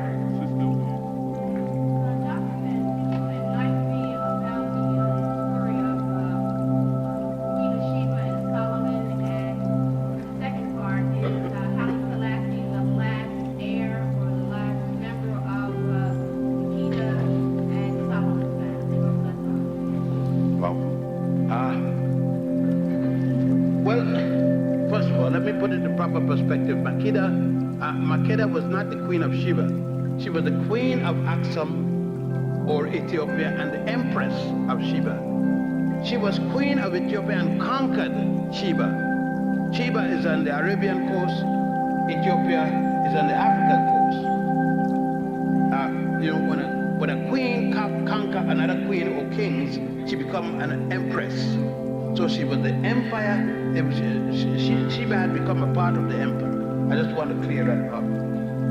Now, the question with her and Solomon relates to Songs of Solomon, chapter 1. The most specific part of that, verses 1 to whatever it is, till you get to chapter 2. This myth that once Makeda went up to Solomon, in this communication that went on between them, there came a time when she mated with Solomon. He was wise and she took all the money he had, little bit of change. Because her bodyguard was bigger than his whole army. And he was so wise, and she went to him with a little goat pasture country called Israel, as against this monstrous empire that she had. Having that, went and took his money, came back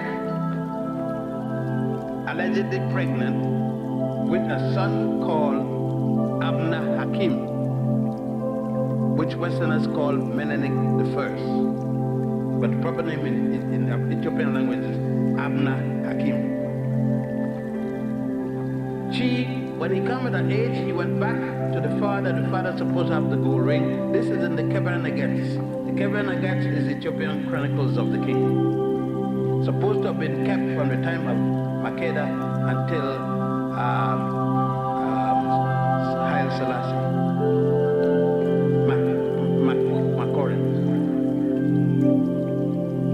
H.I.M was sent back to his father when he came 12 years with a ring. The father was supposed to give him some herb, send him back. His mother then abdicated the throne for her son. Ethiopia changed from the indigenous religion and adopted the Hebrew religion. So Ethiopia then became a Hebrew state. Back and forth, the Hebrew ruled until all the way down to Chief Radek, one of the Hebrew, what quote-unquote Falasharu rulers of Ethiopia. The point is that Selassie Makonnen is his name, Ras Makonnen, his father was the cousin to Emperor Menelik II, Abdul Hakim II, famous Menelik of the Battle of Adawa. Selassie was only a third cousin to Menelik, the emperor, had no right to the throne in terms of succession. There were about 8 people before him to take that throne. But Menelik died on his bed, and under Ethiopian law, the emperor could name any member of the royal family. It doesn't have to be his son or anything like that. His daughter Zadito was supposed to be the heir and succession in terms of order. He bypassed her Menelik and named his grandson Zadito's child. His name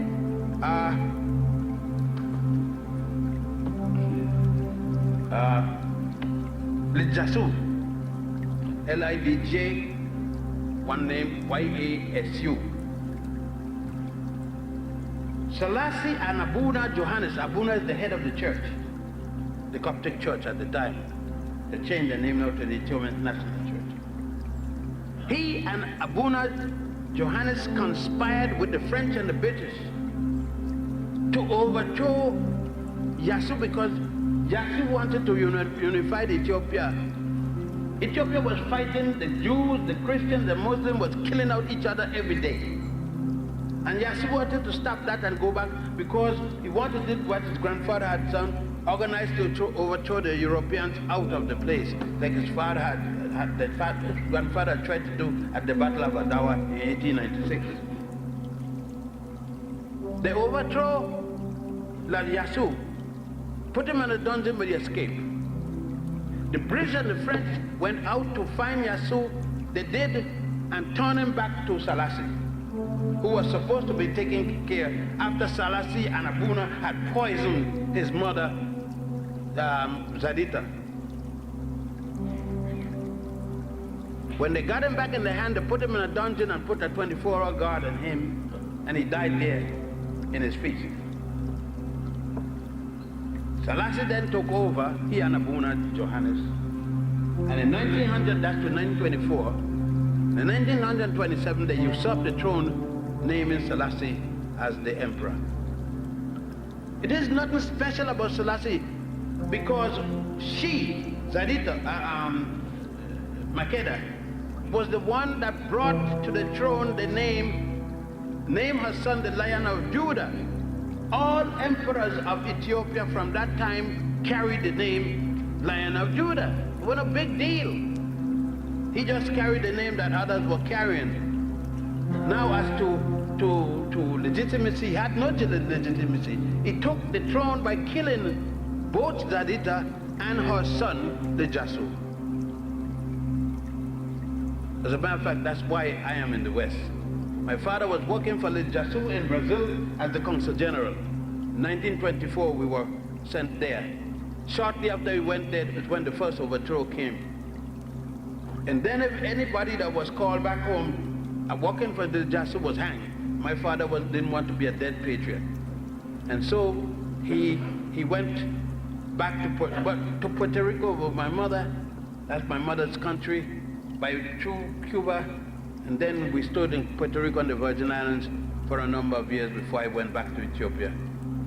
In 1959, working for the United Nations, when I went to Ethiopia, he locked me up. The United Nations had to get me out as a dangerous Ethiopian, because you can't get rid of your Ethiopian citizenship. Once you're born there, you are for the rest of your life under Ethiopian law. But the United Nations got me out. My father wanted to get back. My father died 102 years old. At 96, he petitioned, 96 and blind. He petitioned Ethiopia for return, and Selassie turned him down. Said he was a dangerous enemy to the state. So, isn't somebody I got anything good to say about?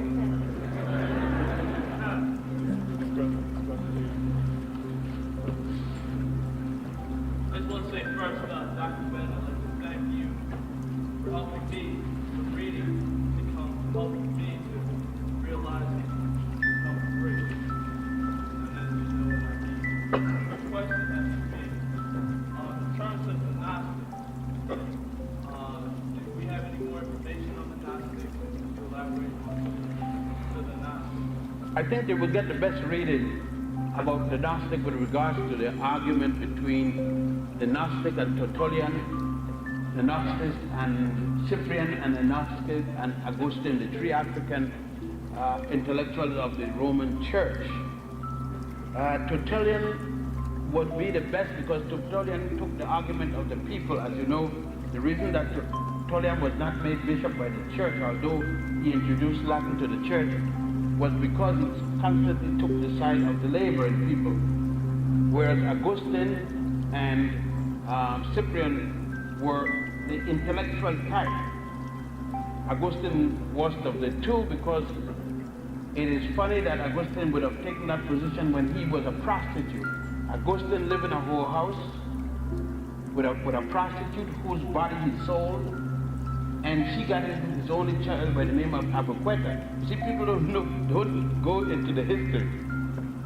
What made Augustine argue with the Gnostic about morality and so forth was because at 72, Augustine denounced sex after that kind of life that he had, and at 72 I could understand. And then he wrote the Holy City of God. He wrote the Confessions. That's what he confessed, the Confession. And the gem of it was when he wrote about if a person or persons had sex and the intent was not procreation, it would have been sinful. That means if your wife got the menopause, you could barely get an erection, and both of you decide to have sex, it's not to gain no baby, sure. That'd be a hell of an illusion on your part. But he said you're not supposed to touch each other. It put me in mind of some men, they get to be 60 years and they say, well, I give up sex. Just suddenly, I give up. Well, that's them. You're supposed to, stop. Just stop. He went more than 60. But the Gnostic argument reached its full point with the argument with Augustine primarily. I think that Augustine's works, if you take his work and compare it with the Gnostics, you get the opposite, good opposite position. Because Cyprian, you can't understand, he didn't do too much writing anyhow. They're very kind of an opposite. Cyprian was an uppity man with his nose in the air. At least Augustine wrote. He had some value of the working man. But these guys were unreal moralists. Tertullian was the man that you need to read as Gnostic, and labor and different things like that.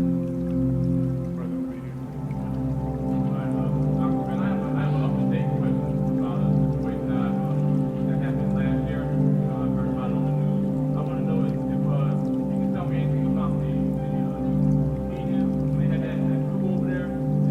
What country? Egypt or Ethiopia. They had a couple over there, and about 200 something thousand black Jews had exited Israel. And there was some situation about they were supposed to be re-circumcised or something like that. No, I know about the recircumcision because I fought that, and I had to be in a committee with Hadassah fighting it. It is still, the circumcision is still a requirement by the Jews, but the Ethiopian Jews ignore those damn fools. The Hasidim,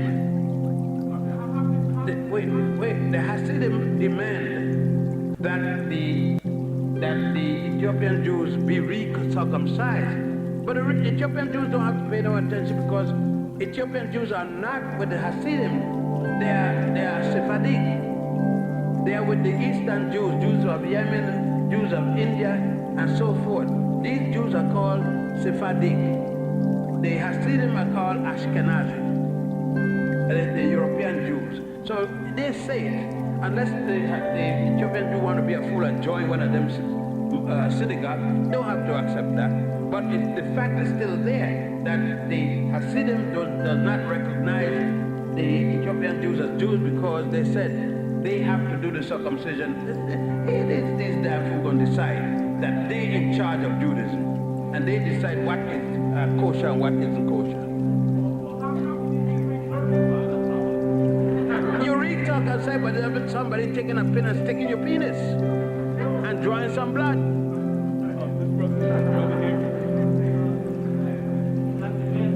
Yeah.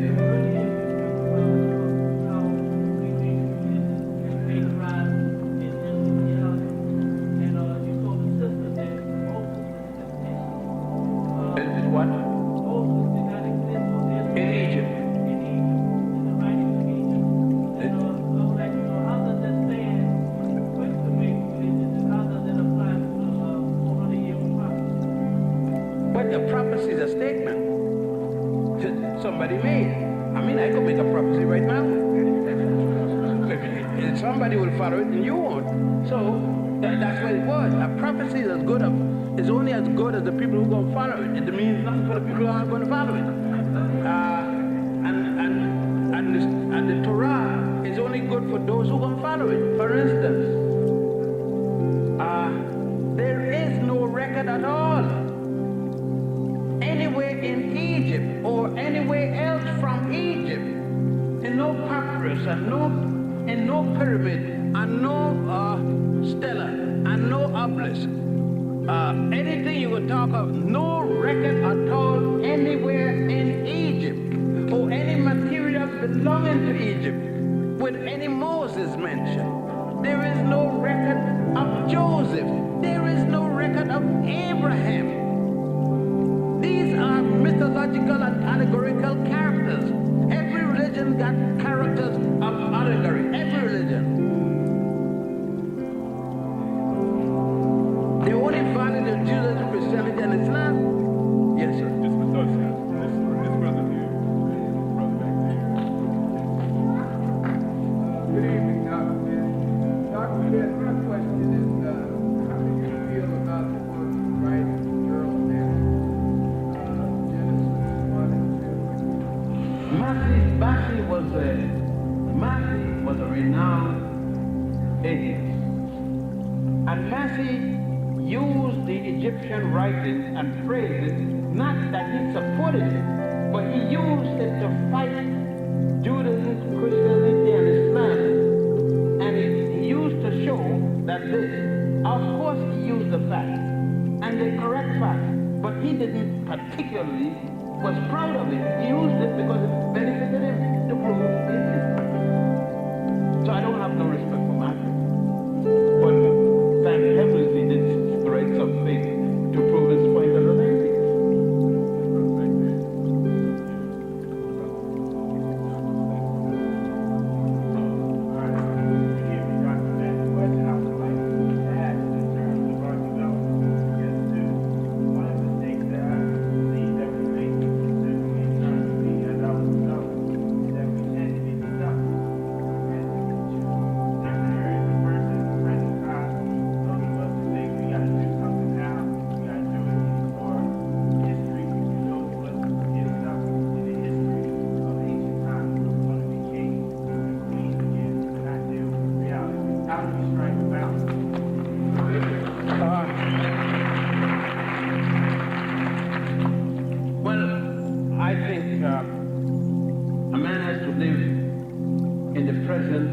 must refer to the past so that he doesn't make errors.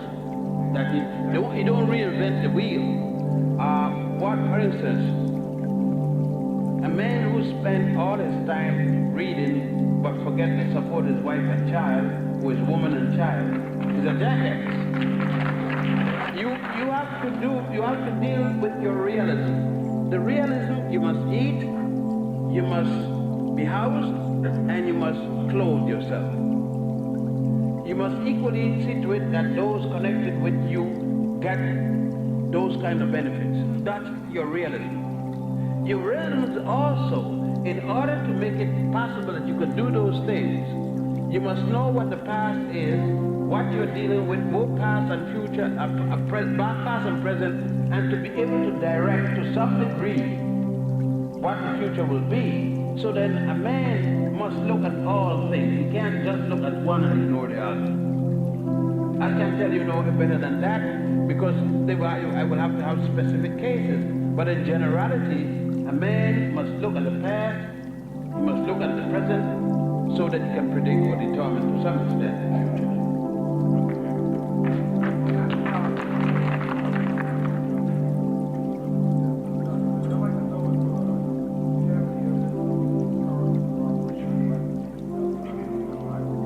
No, there is no archaeological corroboration of Jesus.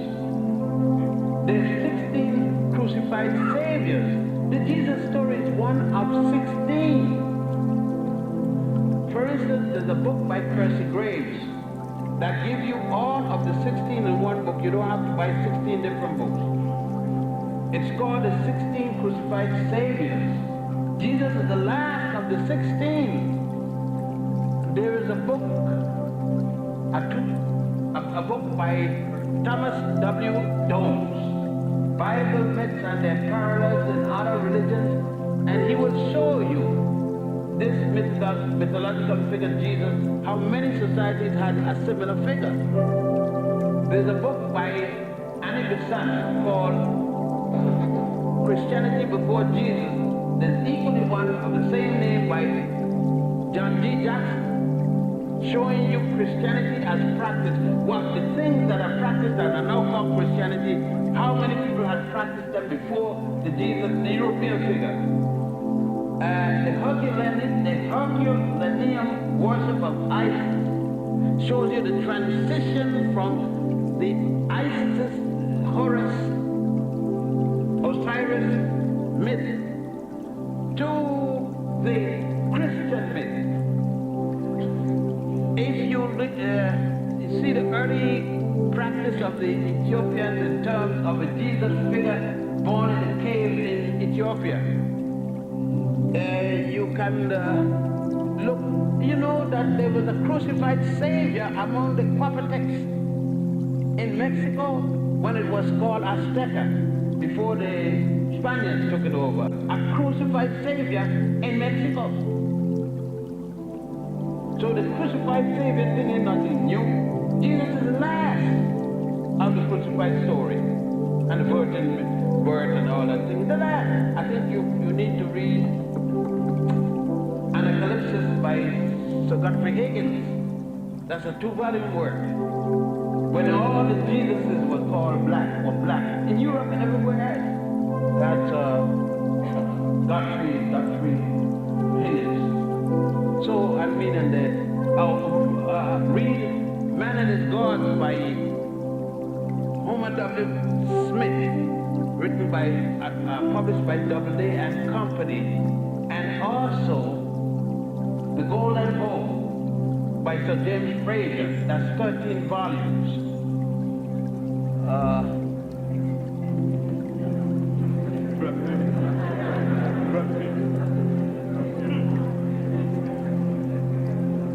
Can you tell me the origin of the term Asiatic black man? Is that an accurate term? Asiatic black man, that term come from Elijah Muhammad. But people forget that the same Elijah Muhammad operated at 128th Street on 8th Avenue as Mahmoud. And then he didn't say that. He operated as a member of the Moorish Science when he was in Detroit. Then he went to Chicago, is when he come up with the Farad thing, which nobody else have seen but himself. He disappeared just like he came. There's nothing wrong with it. He got his little, I don't blame him. Elijah had his program, and he put in his program, he put in things. I think I gotta be mad to think of a mad scientist named Yaakov who was trying to make people and make the white man instead. You know, let me put you. I don't have to be as mentally ill as a white man to not like him. I don't have to adopt the Prodigals of Zion, that stupid book by Henry Ford, because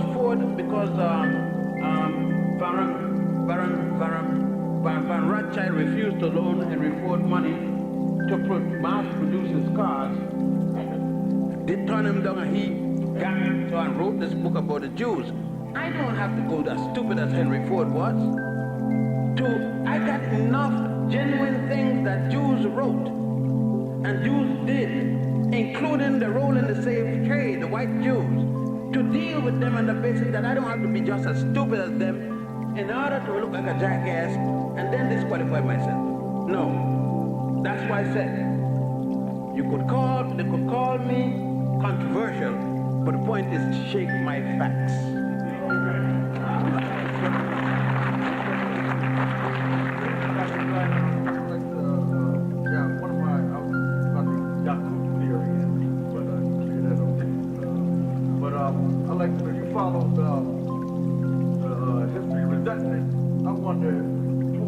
That the white people have towards us. Is that an example of the resentment maybe that we had towards each other?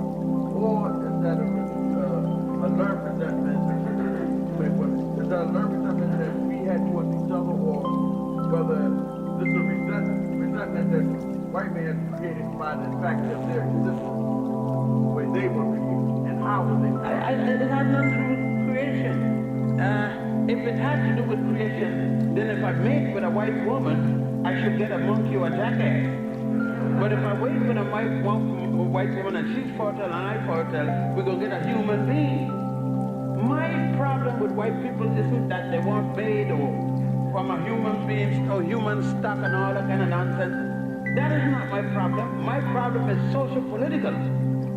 I am not going to marry a white woman under no white thing. But it has nothing to do with the fact that she's inferior to me. No, I'm not that stupid.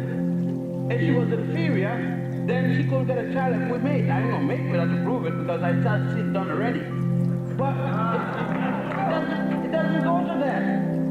I am not going to see a little white kid come here hungry and don't give him some food in peace time. About blow his brains out tomorrow. If there's a war on, you know what I mean? If there's a war on, I kill all of them. Even the dead one I kill. See, but then there's a war.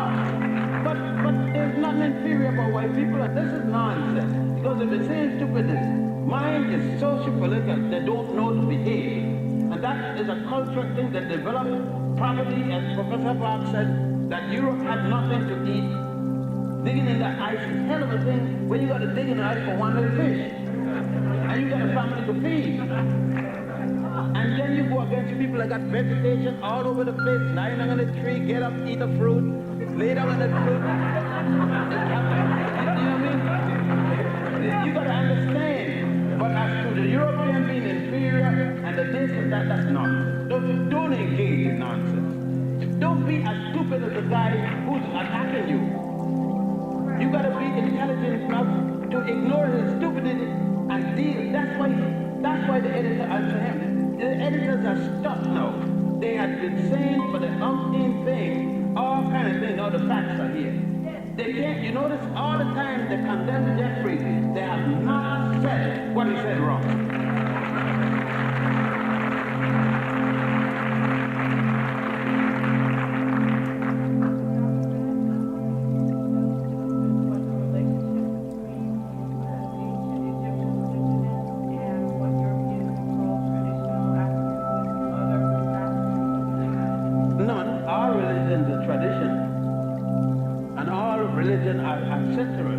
Jesus is dead, isn't he?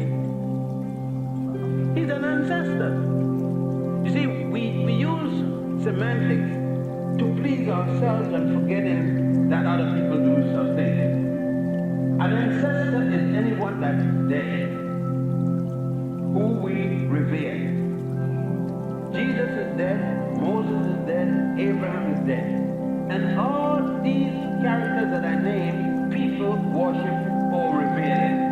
And why can't Africans of any group, whether it's been Egypt or in Central Africa, revere their past tradition? Don't we go to the church and have communion? Isn't that tradition? Don't we have what they call a cannibal service in church? Eat. This is my body. Drink. This is my blood. Isn't that a cannibalistic service? It gets worse. Look at the transition. Wash me in your blood, O Lord, and I shall be whiter than snow. Whiter than snow. Now, it is a damn shame. Black as I am. Wash me in red blood, and my blackness will turn white. Now that somebody don't know chemistry, then some damn fool need to learn chemistry. You know where you will put black and red together and it turns white? Even the devil can't do that.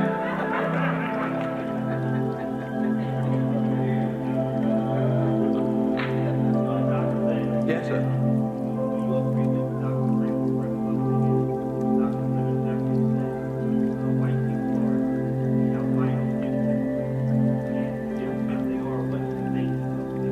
I'm not a paleontologist, and I must state my ignorance on that subject. I respect Dr. Welsam and Eddie Fuller, and Dr. Wilson's father, all of them, and Dr. Richard King. I've read their works. I do not have the expertise. Isn't yet good.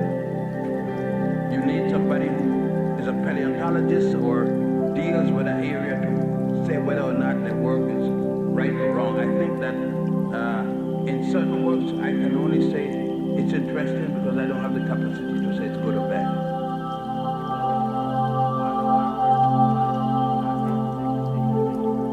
I told you I am not a paleontologist, and I don't know. There are a lot of things I don't know.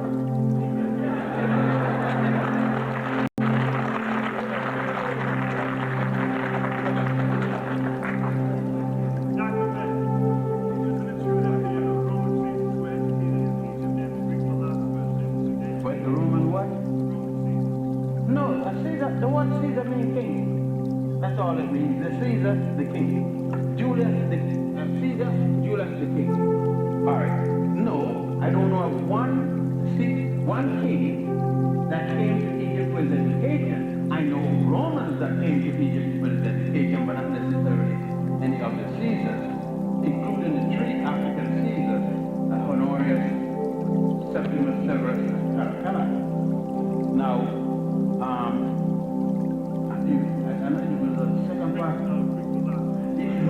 most of the Greek philosophers, except the pre-Socratic philosophers from before Socrates all the way to Thales, came to Egypt. Pythagoras and others even wrote extensively about the gifts of goblets, silver goblets that they made. Many of them wrote about the pain they had to suffer with being at the age they were when they came to take the circumcision to start the classes. Plato and Aristotle themselves, Plato spending about 11 years creating the concept of a creator.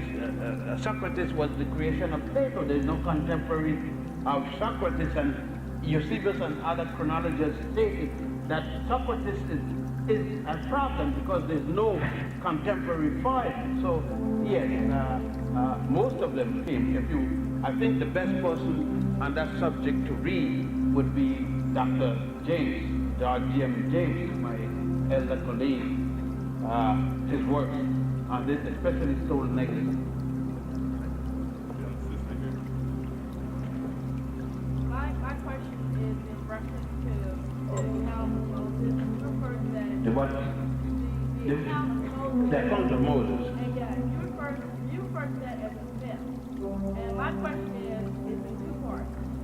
If that is a myth, what purpose do myths serve in our lives today?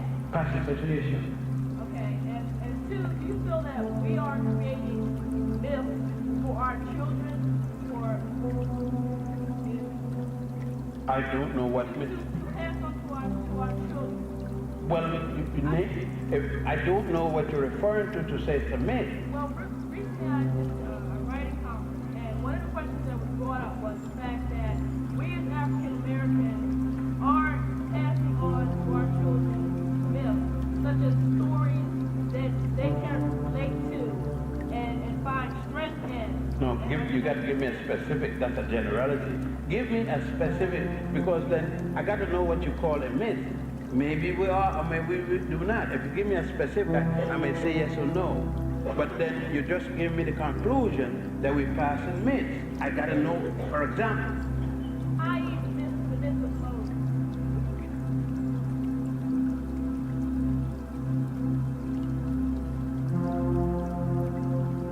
If we take the story of Martin Luther King and his struggle and what he did for black people, how do we translate that in? Is it possible to translate that into a myth? Oh, yes. Should we?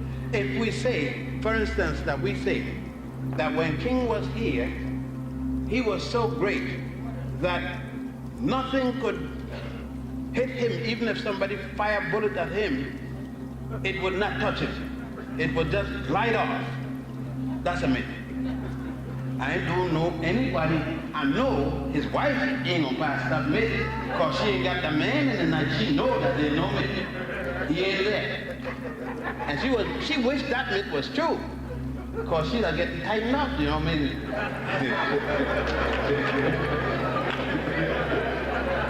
I don't think there may be possibility of myths, but there can't be that strong. Eventually there may be myths coming out of King, because the older revered ones are lost, the more myths come about, and eventually there will be that King never did anything wrong. We got a certain thing about King is when what the fellow name said that King had that woman in the hotel. Here in Philadelphia, by the way, Philadelphia is a very noted town. A lot of the people got angry. Why not? Why couldn't King have a little bit of tail in sort of Philadelphia? They're not wrong with that. Most Baptist ministers get a little extra. And I don't think that the members was mad. If that would keep the brother the thing straight, get it, you know, a brother needs to get his brain straight. And if them cobwebs could be, if the sister was willing to give him a contribution, why not? I don't think nobody paid any attention about that. What people all mad because he got a little bit. But what the guy named King, at least King was a man. What the guy name was peeping. He went to look, he peeped. He didn't do that, he just peeped. Now, I think King was more of a man that get a little bit than to peep.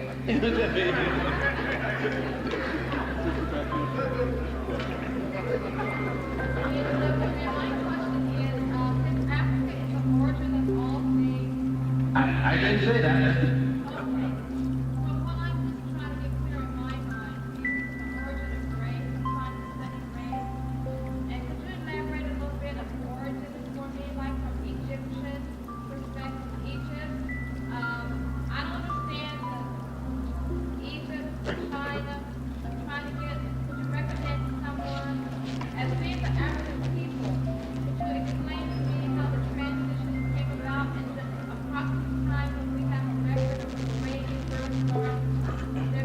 We don't have a record when race was started.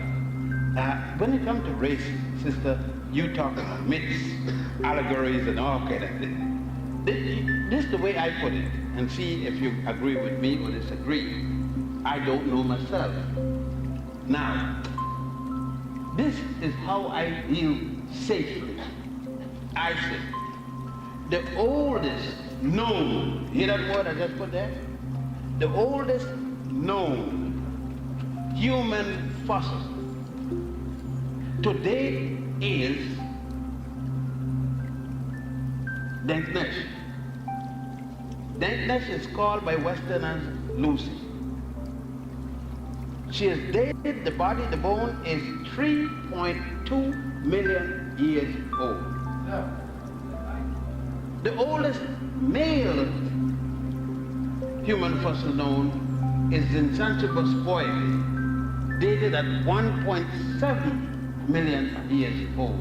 Remember I said? No. Now, suppose in the morning they dig up one older than that. I'm not wrong.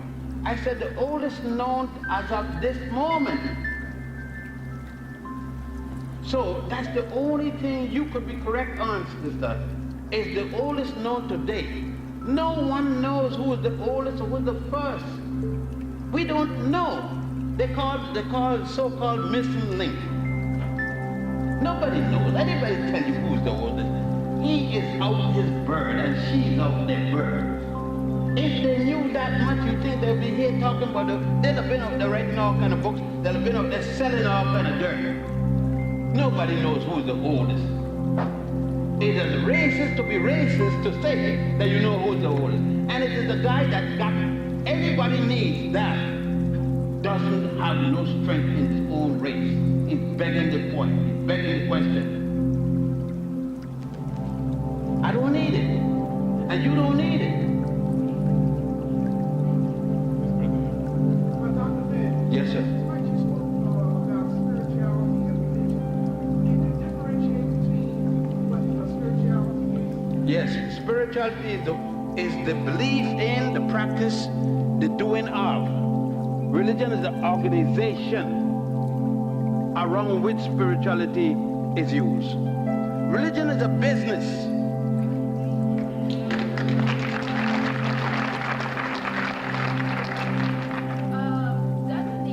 There's two pieces of evidence that trace the Hebrews' existence in Egypt, and that's the Rosetta Stone. And then I saw Dr. Excuse me, Rosetta Stone got nothing to do with the Jews. What's that Hebrew? Rosetta Stone is a linguistic slab. It deals with in two language groups. It shows the Greek language mixed with the Egyptian language specifically. It's a mixture of Greek writing and the hieratic Egyptian writing, otherwise called demotic writing. By Champollion de Mijac and others use that to notice that each time the Greek word repeated itself, the indigenous word repeated itself, and that's what was decoded. It had nothing to do with Judaism.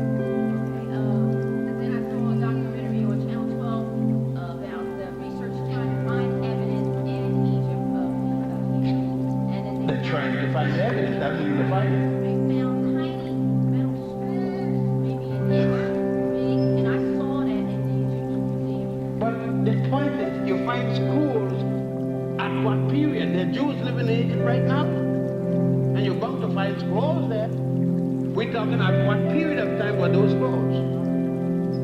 The Jews didn't have a single scroll in Egypt because the first time they made a scroll was at the Sanhedrin, and they were in Israel at that time, and that was supposed to be after Joshua knocked down the wall of Jericho.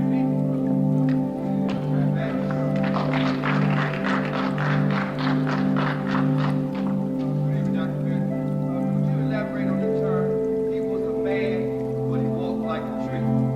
Yes, that's a Christian terminology. It meant a tree walks in this manner. When the wind blows, the tree goes like this, but it goes no place.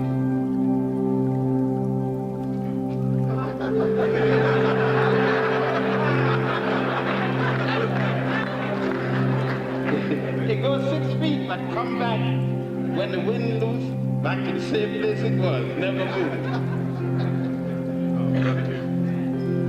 I'd like to ask you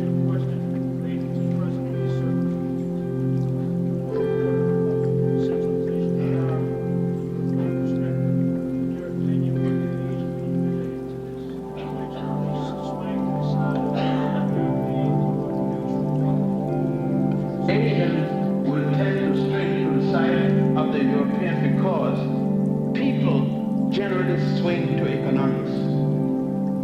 He who pays the fiddler calls the tune. And until we realize that, you see, we get this nonsense affiliation because we're the same religion, affiliation because we dance the same way, and all this kind of nonsense. Nations are like human beings. They go for what benefits them most. Don't expect Asians to come here and join with you when you're at the bottom of the social heap. Nobody goes to a country to join the bottom. So when you travel, you think, I'm in Egypt now. Do you think I'm going there to live at the bottom of the heap? I'm going back next Saturday and next Friday to receive an award from the president. They were going to jail me last year. Last year they charged me with treason and all kind of things. This year the president is going to give me an award. You see, they find they think that they said they were wrong and they were not wrong. And now I brought so many tourists. They don't want me to stop bringing tourists, so they're going to give me an award now. But last year they almost killed me. You think it's because this president suddenly loved me? No. He knows it wasn't worth killing me, and he's want to make sure that I bring some more money again. But, you think I was going there to Egypt to go and look and said, no, I want to be the poorest guy sleeping on the street because I love poor people. Like hell, I love poor people, but I can help poor people with $1 in my pocket. I can't help them with no money. So I got to be in a position to get the money to transfer it to them. So we got this love business and this romantic love. You know what I tell my daughter? If I see you coming here with a broke guy, talking about you're going to marry him, I'm going to bust you behind. What can a broke man do for you?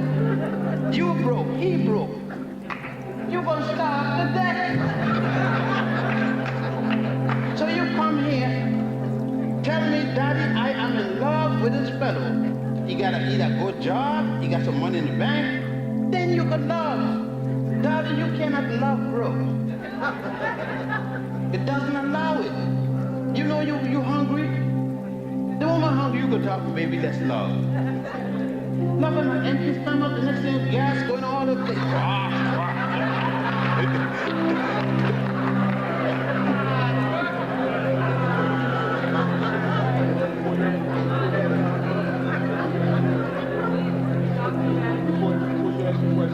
This will be the last question. After that, we'll have the phone.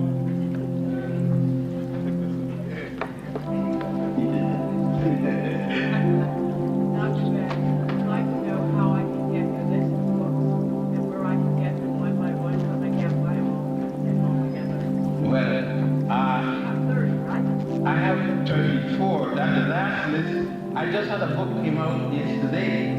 I don't have a copy of it. It came out yesterday and Dr. Lister went and picked it up and I left New York too early this morning to get a copy. I was trying to get a copy to read. You know, your book is quite different when it come out, right? So, they have a partial list here.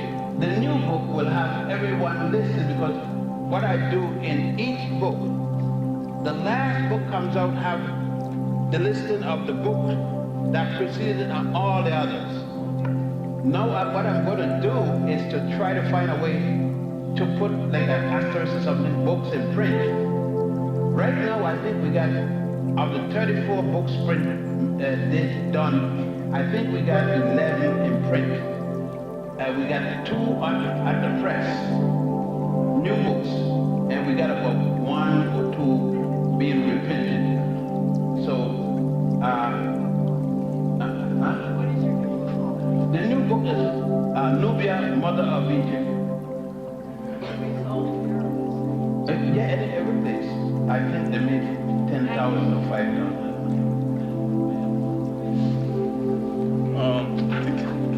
Once again,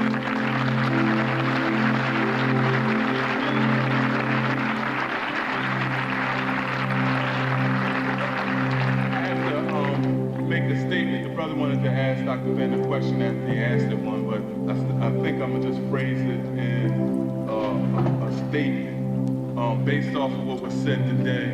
The brother's question was, when will a campaign start to remove the European images in the Christian church, and especially the African American Christian church? When will that kind of campaign? And I think that's kind of individual call that people who've heard this message, who have made certain conclusions on themselves, now can make some kind of judgment for themselves. I'll just lastly say, there are a number of churches that the minister, it depends on the minister. I go to churches and we see some take the pictures out altogether, or any symbols, some use brown or black, and for instance, there's a very conservative, and I don't need to call name, big Baptist church in New York, very large, but one of the big, they got about 13,000 members. They have to have 3 services on Sundays in the morning. That church, believe it or not, with a conservative minister, had just commissioned one of our best African American artists to have gone to Egypt. He came with me to look at the Egyptian symbol, to go to Abydos and Dendera, and to draw a Jesus that would be commensurate with the population. And that's a conservative. It's working.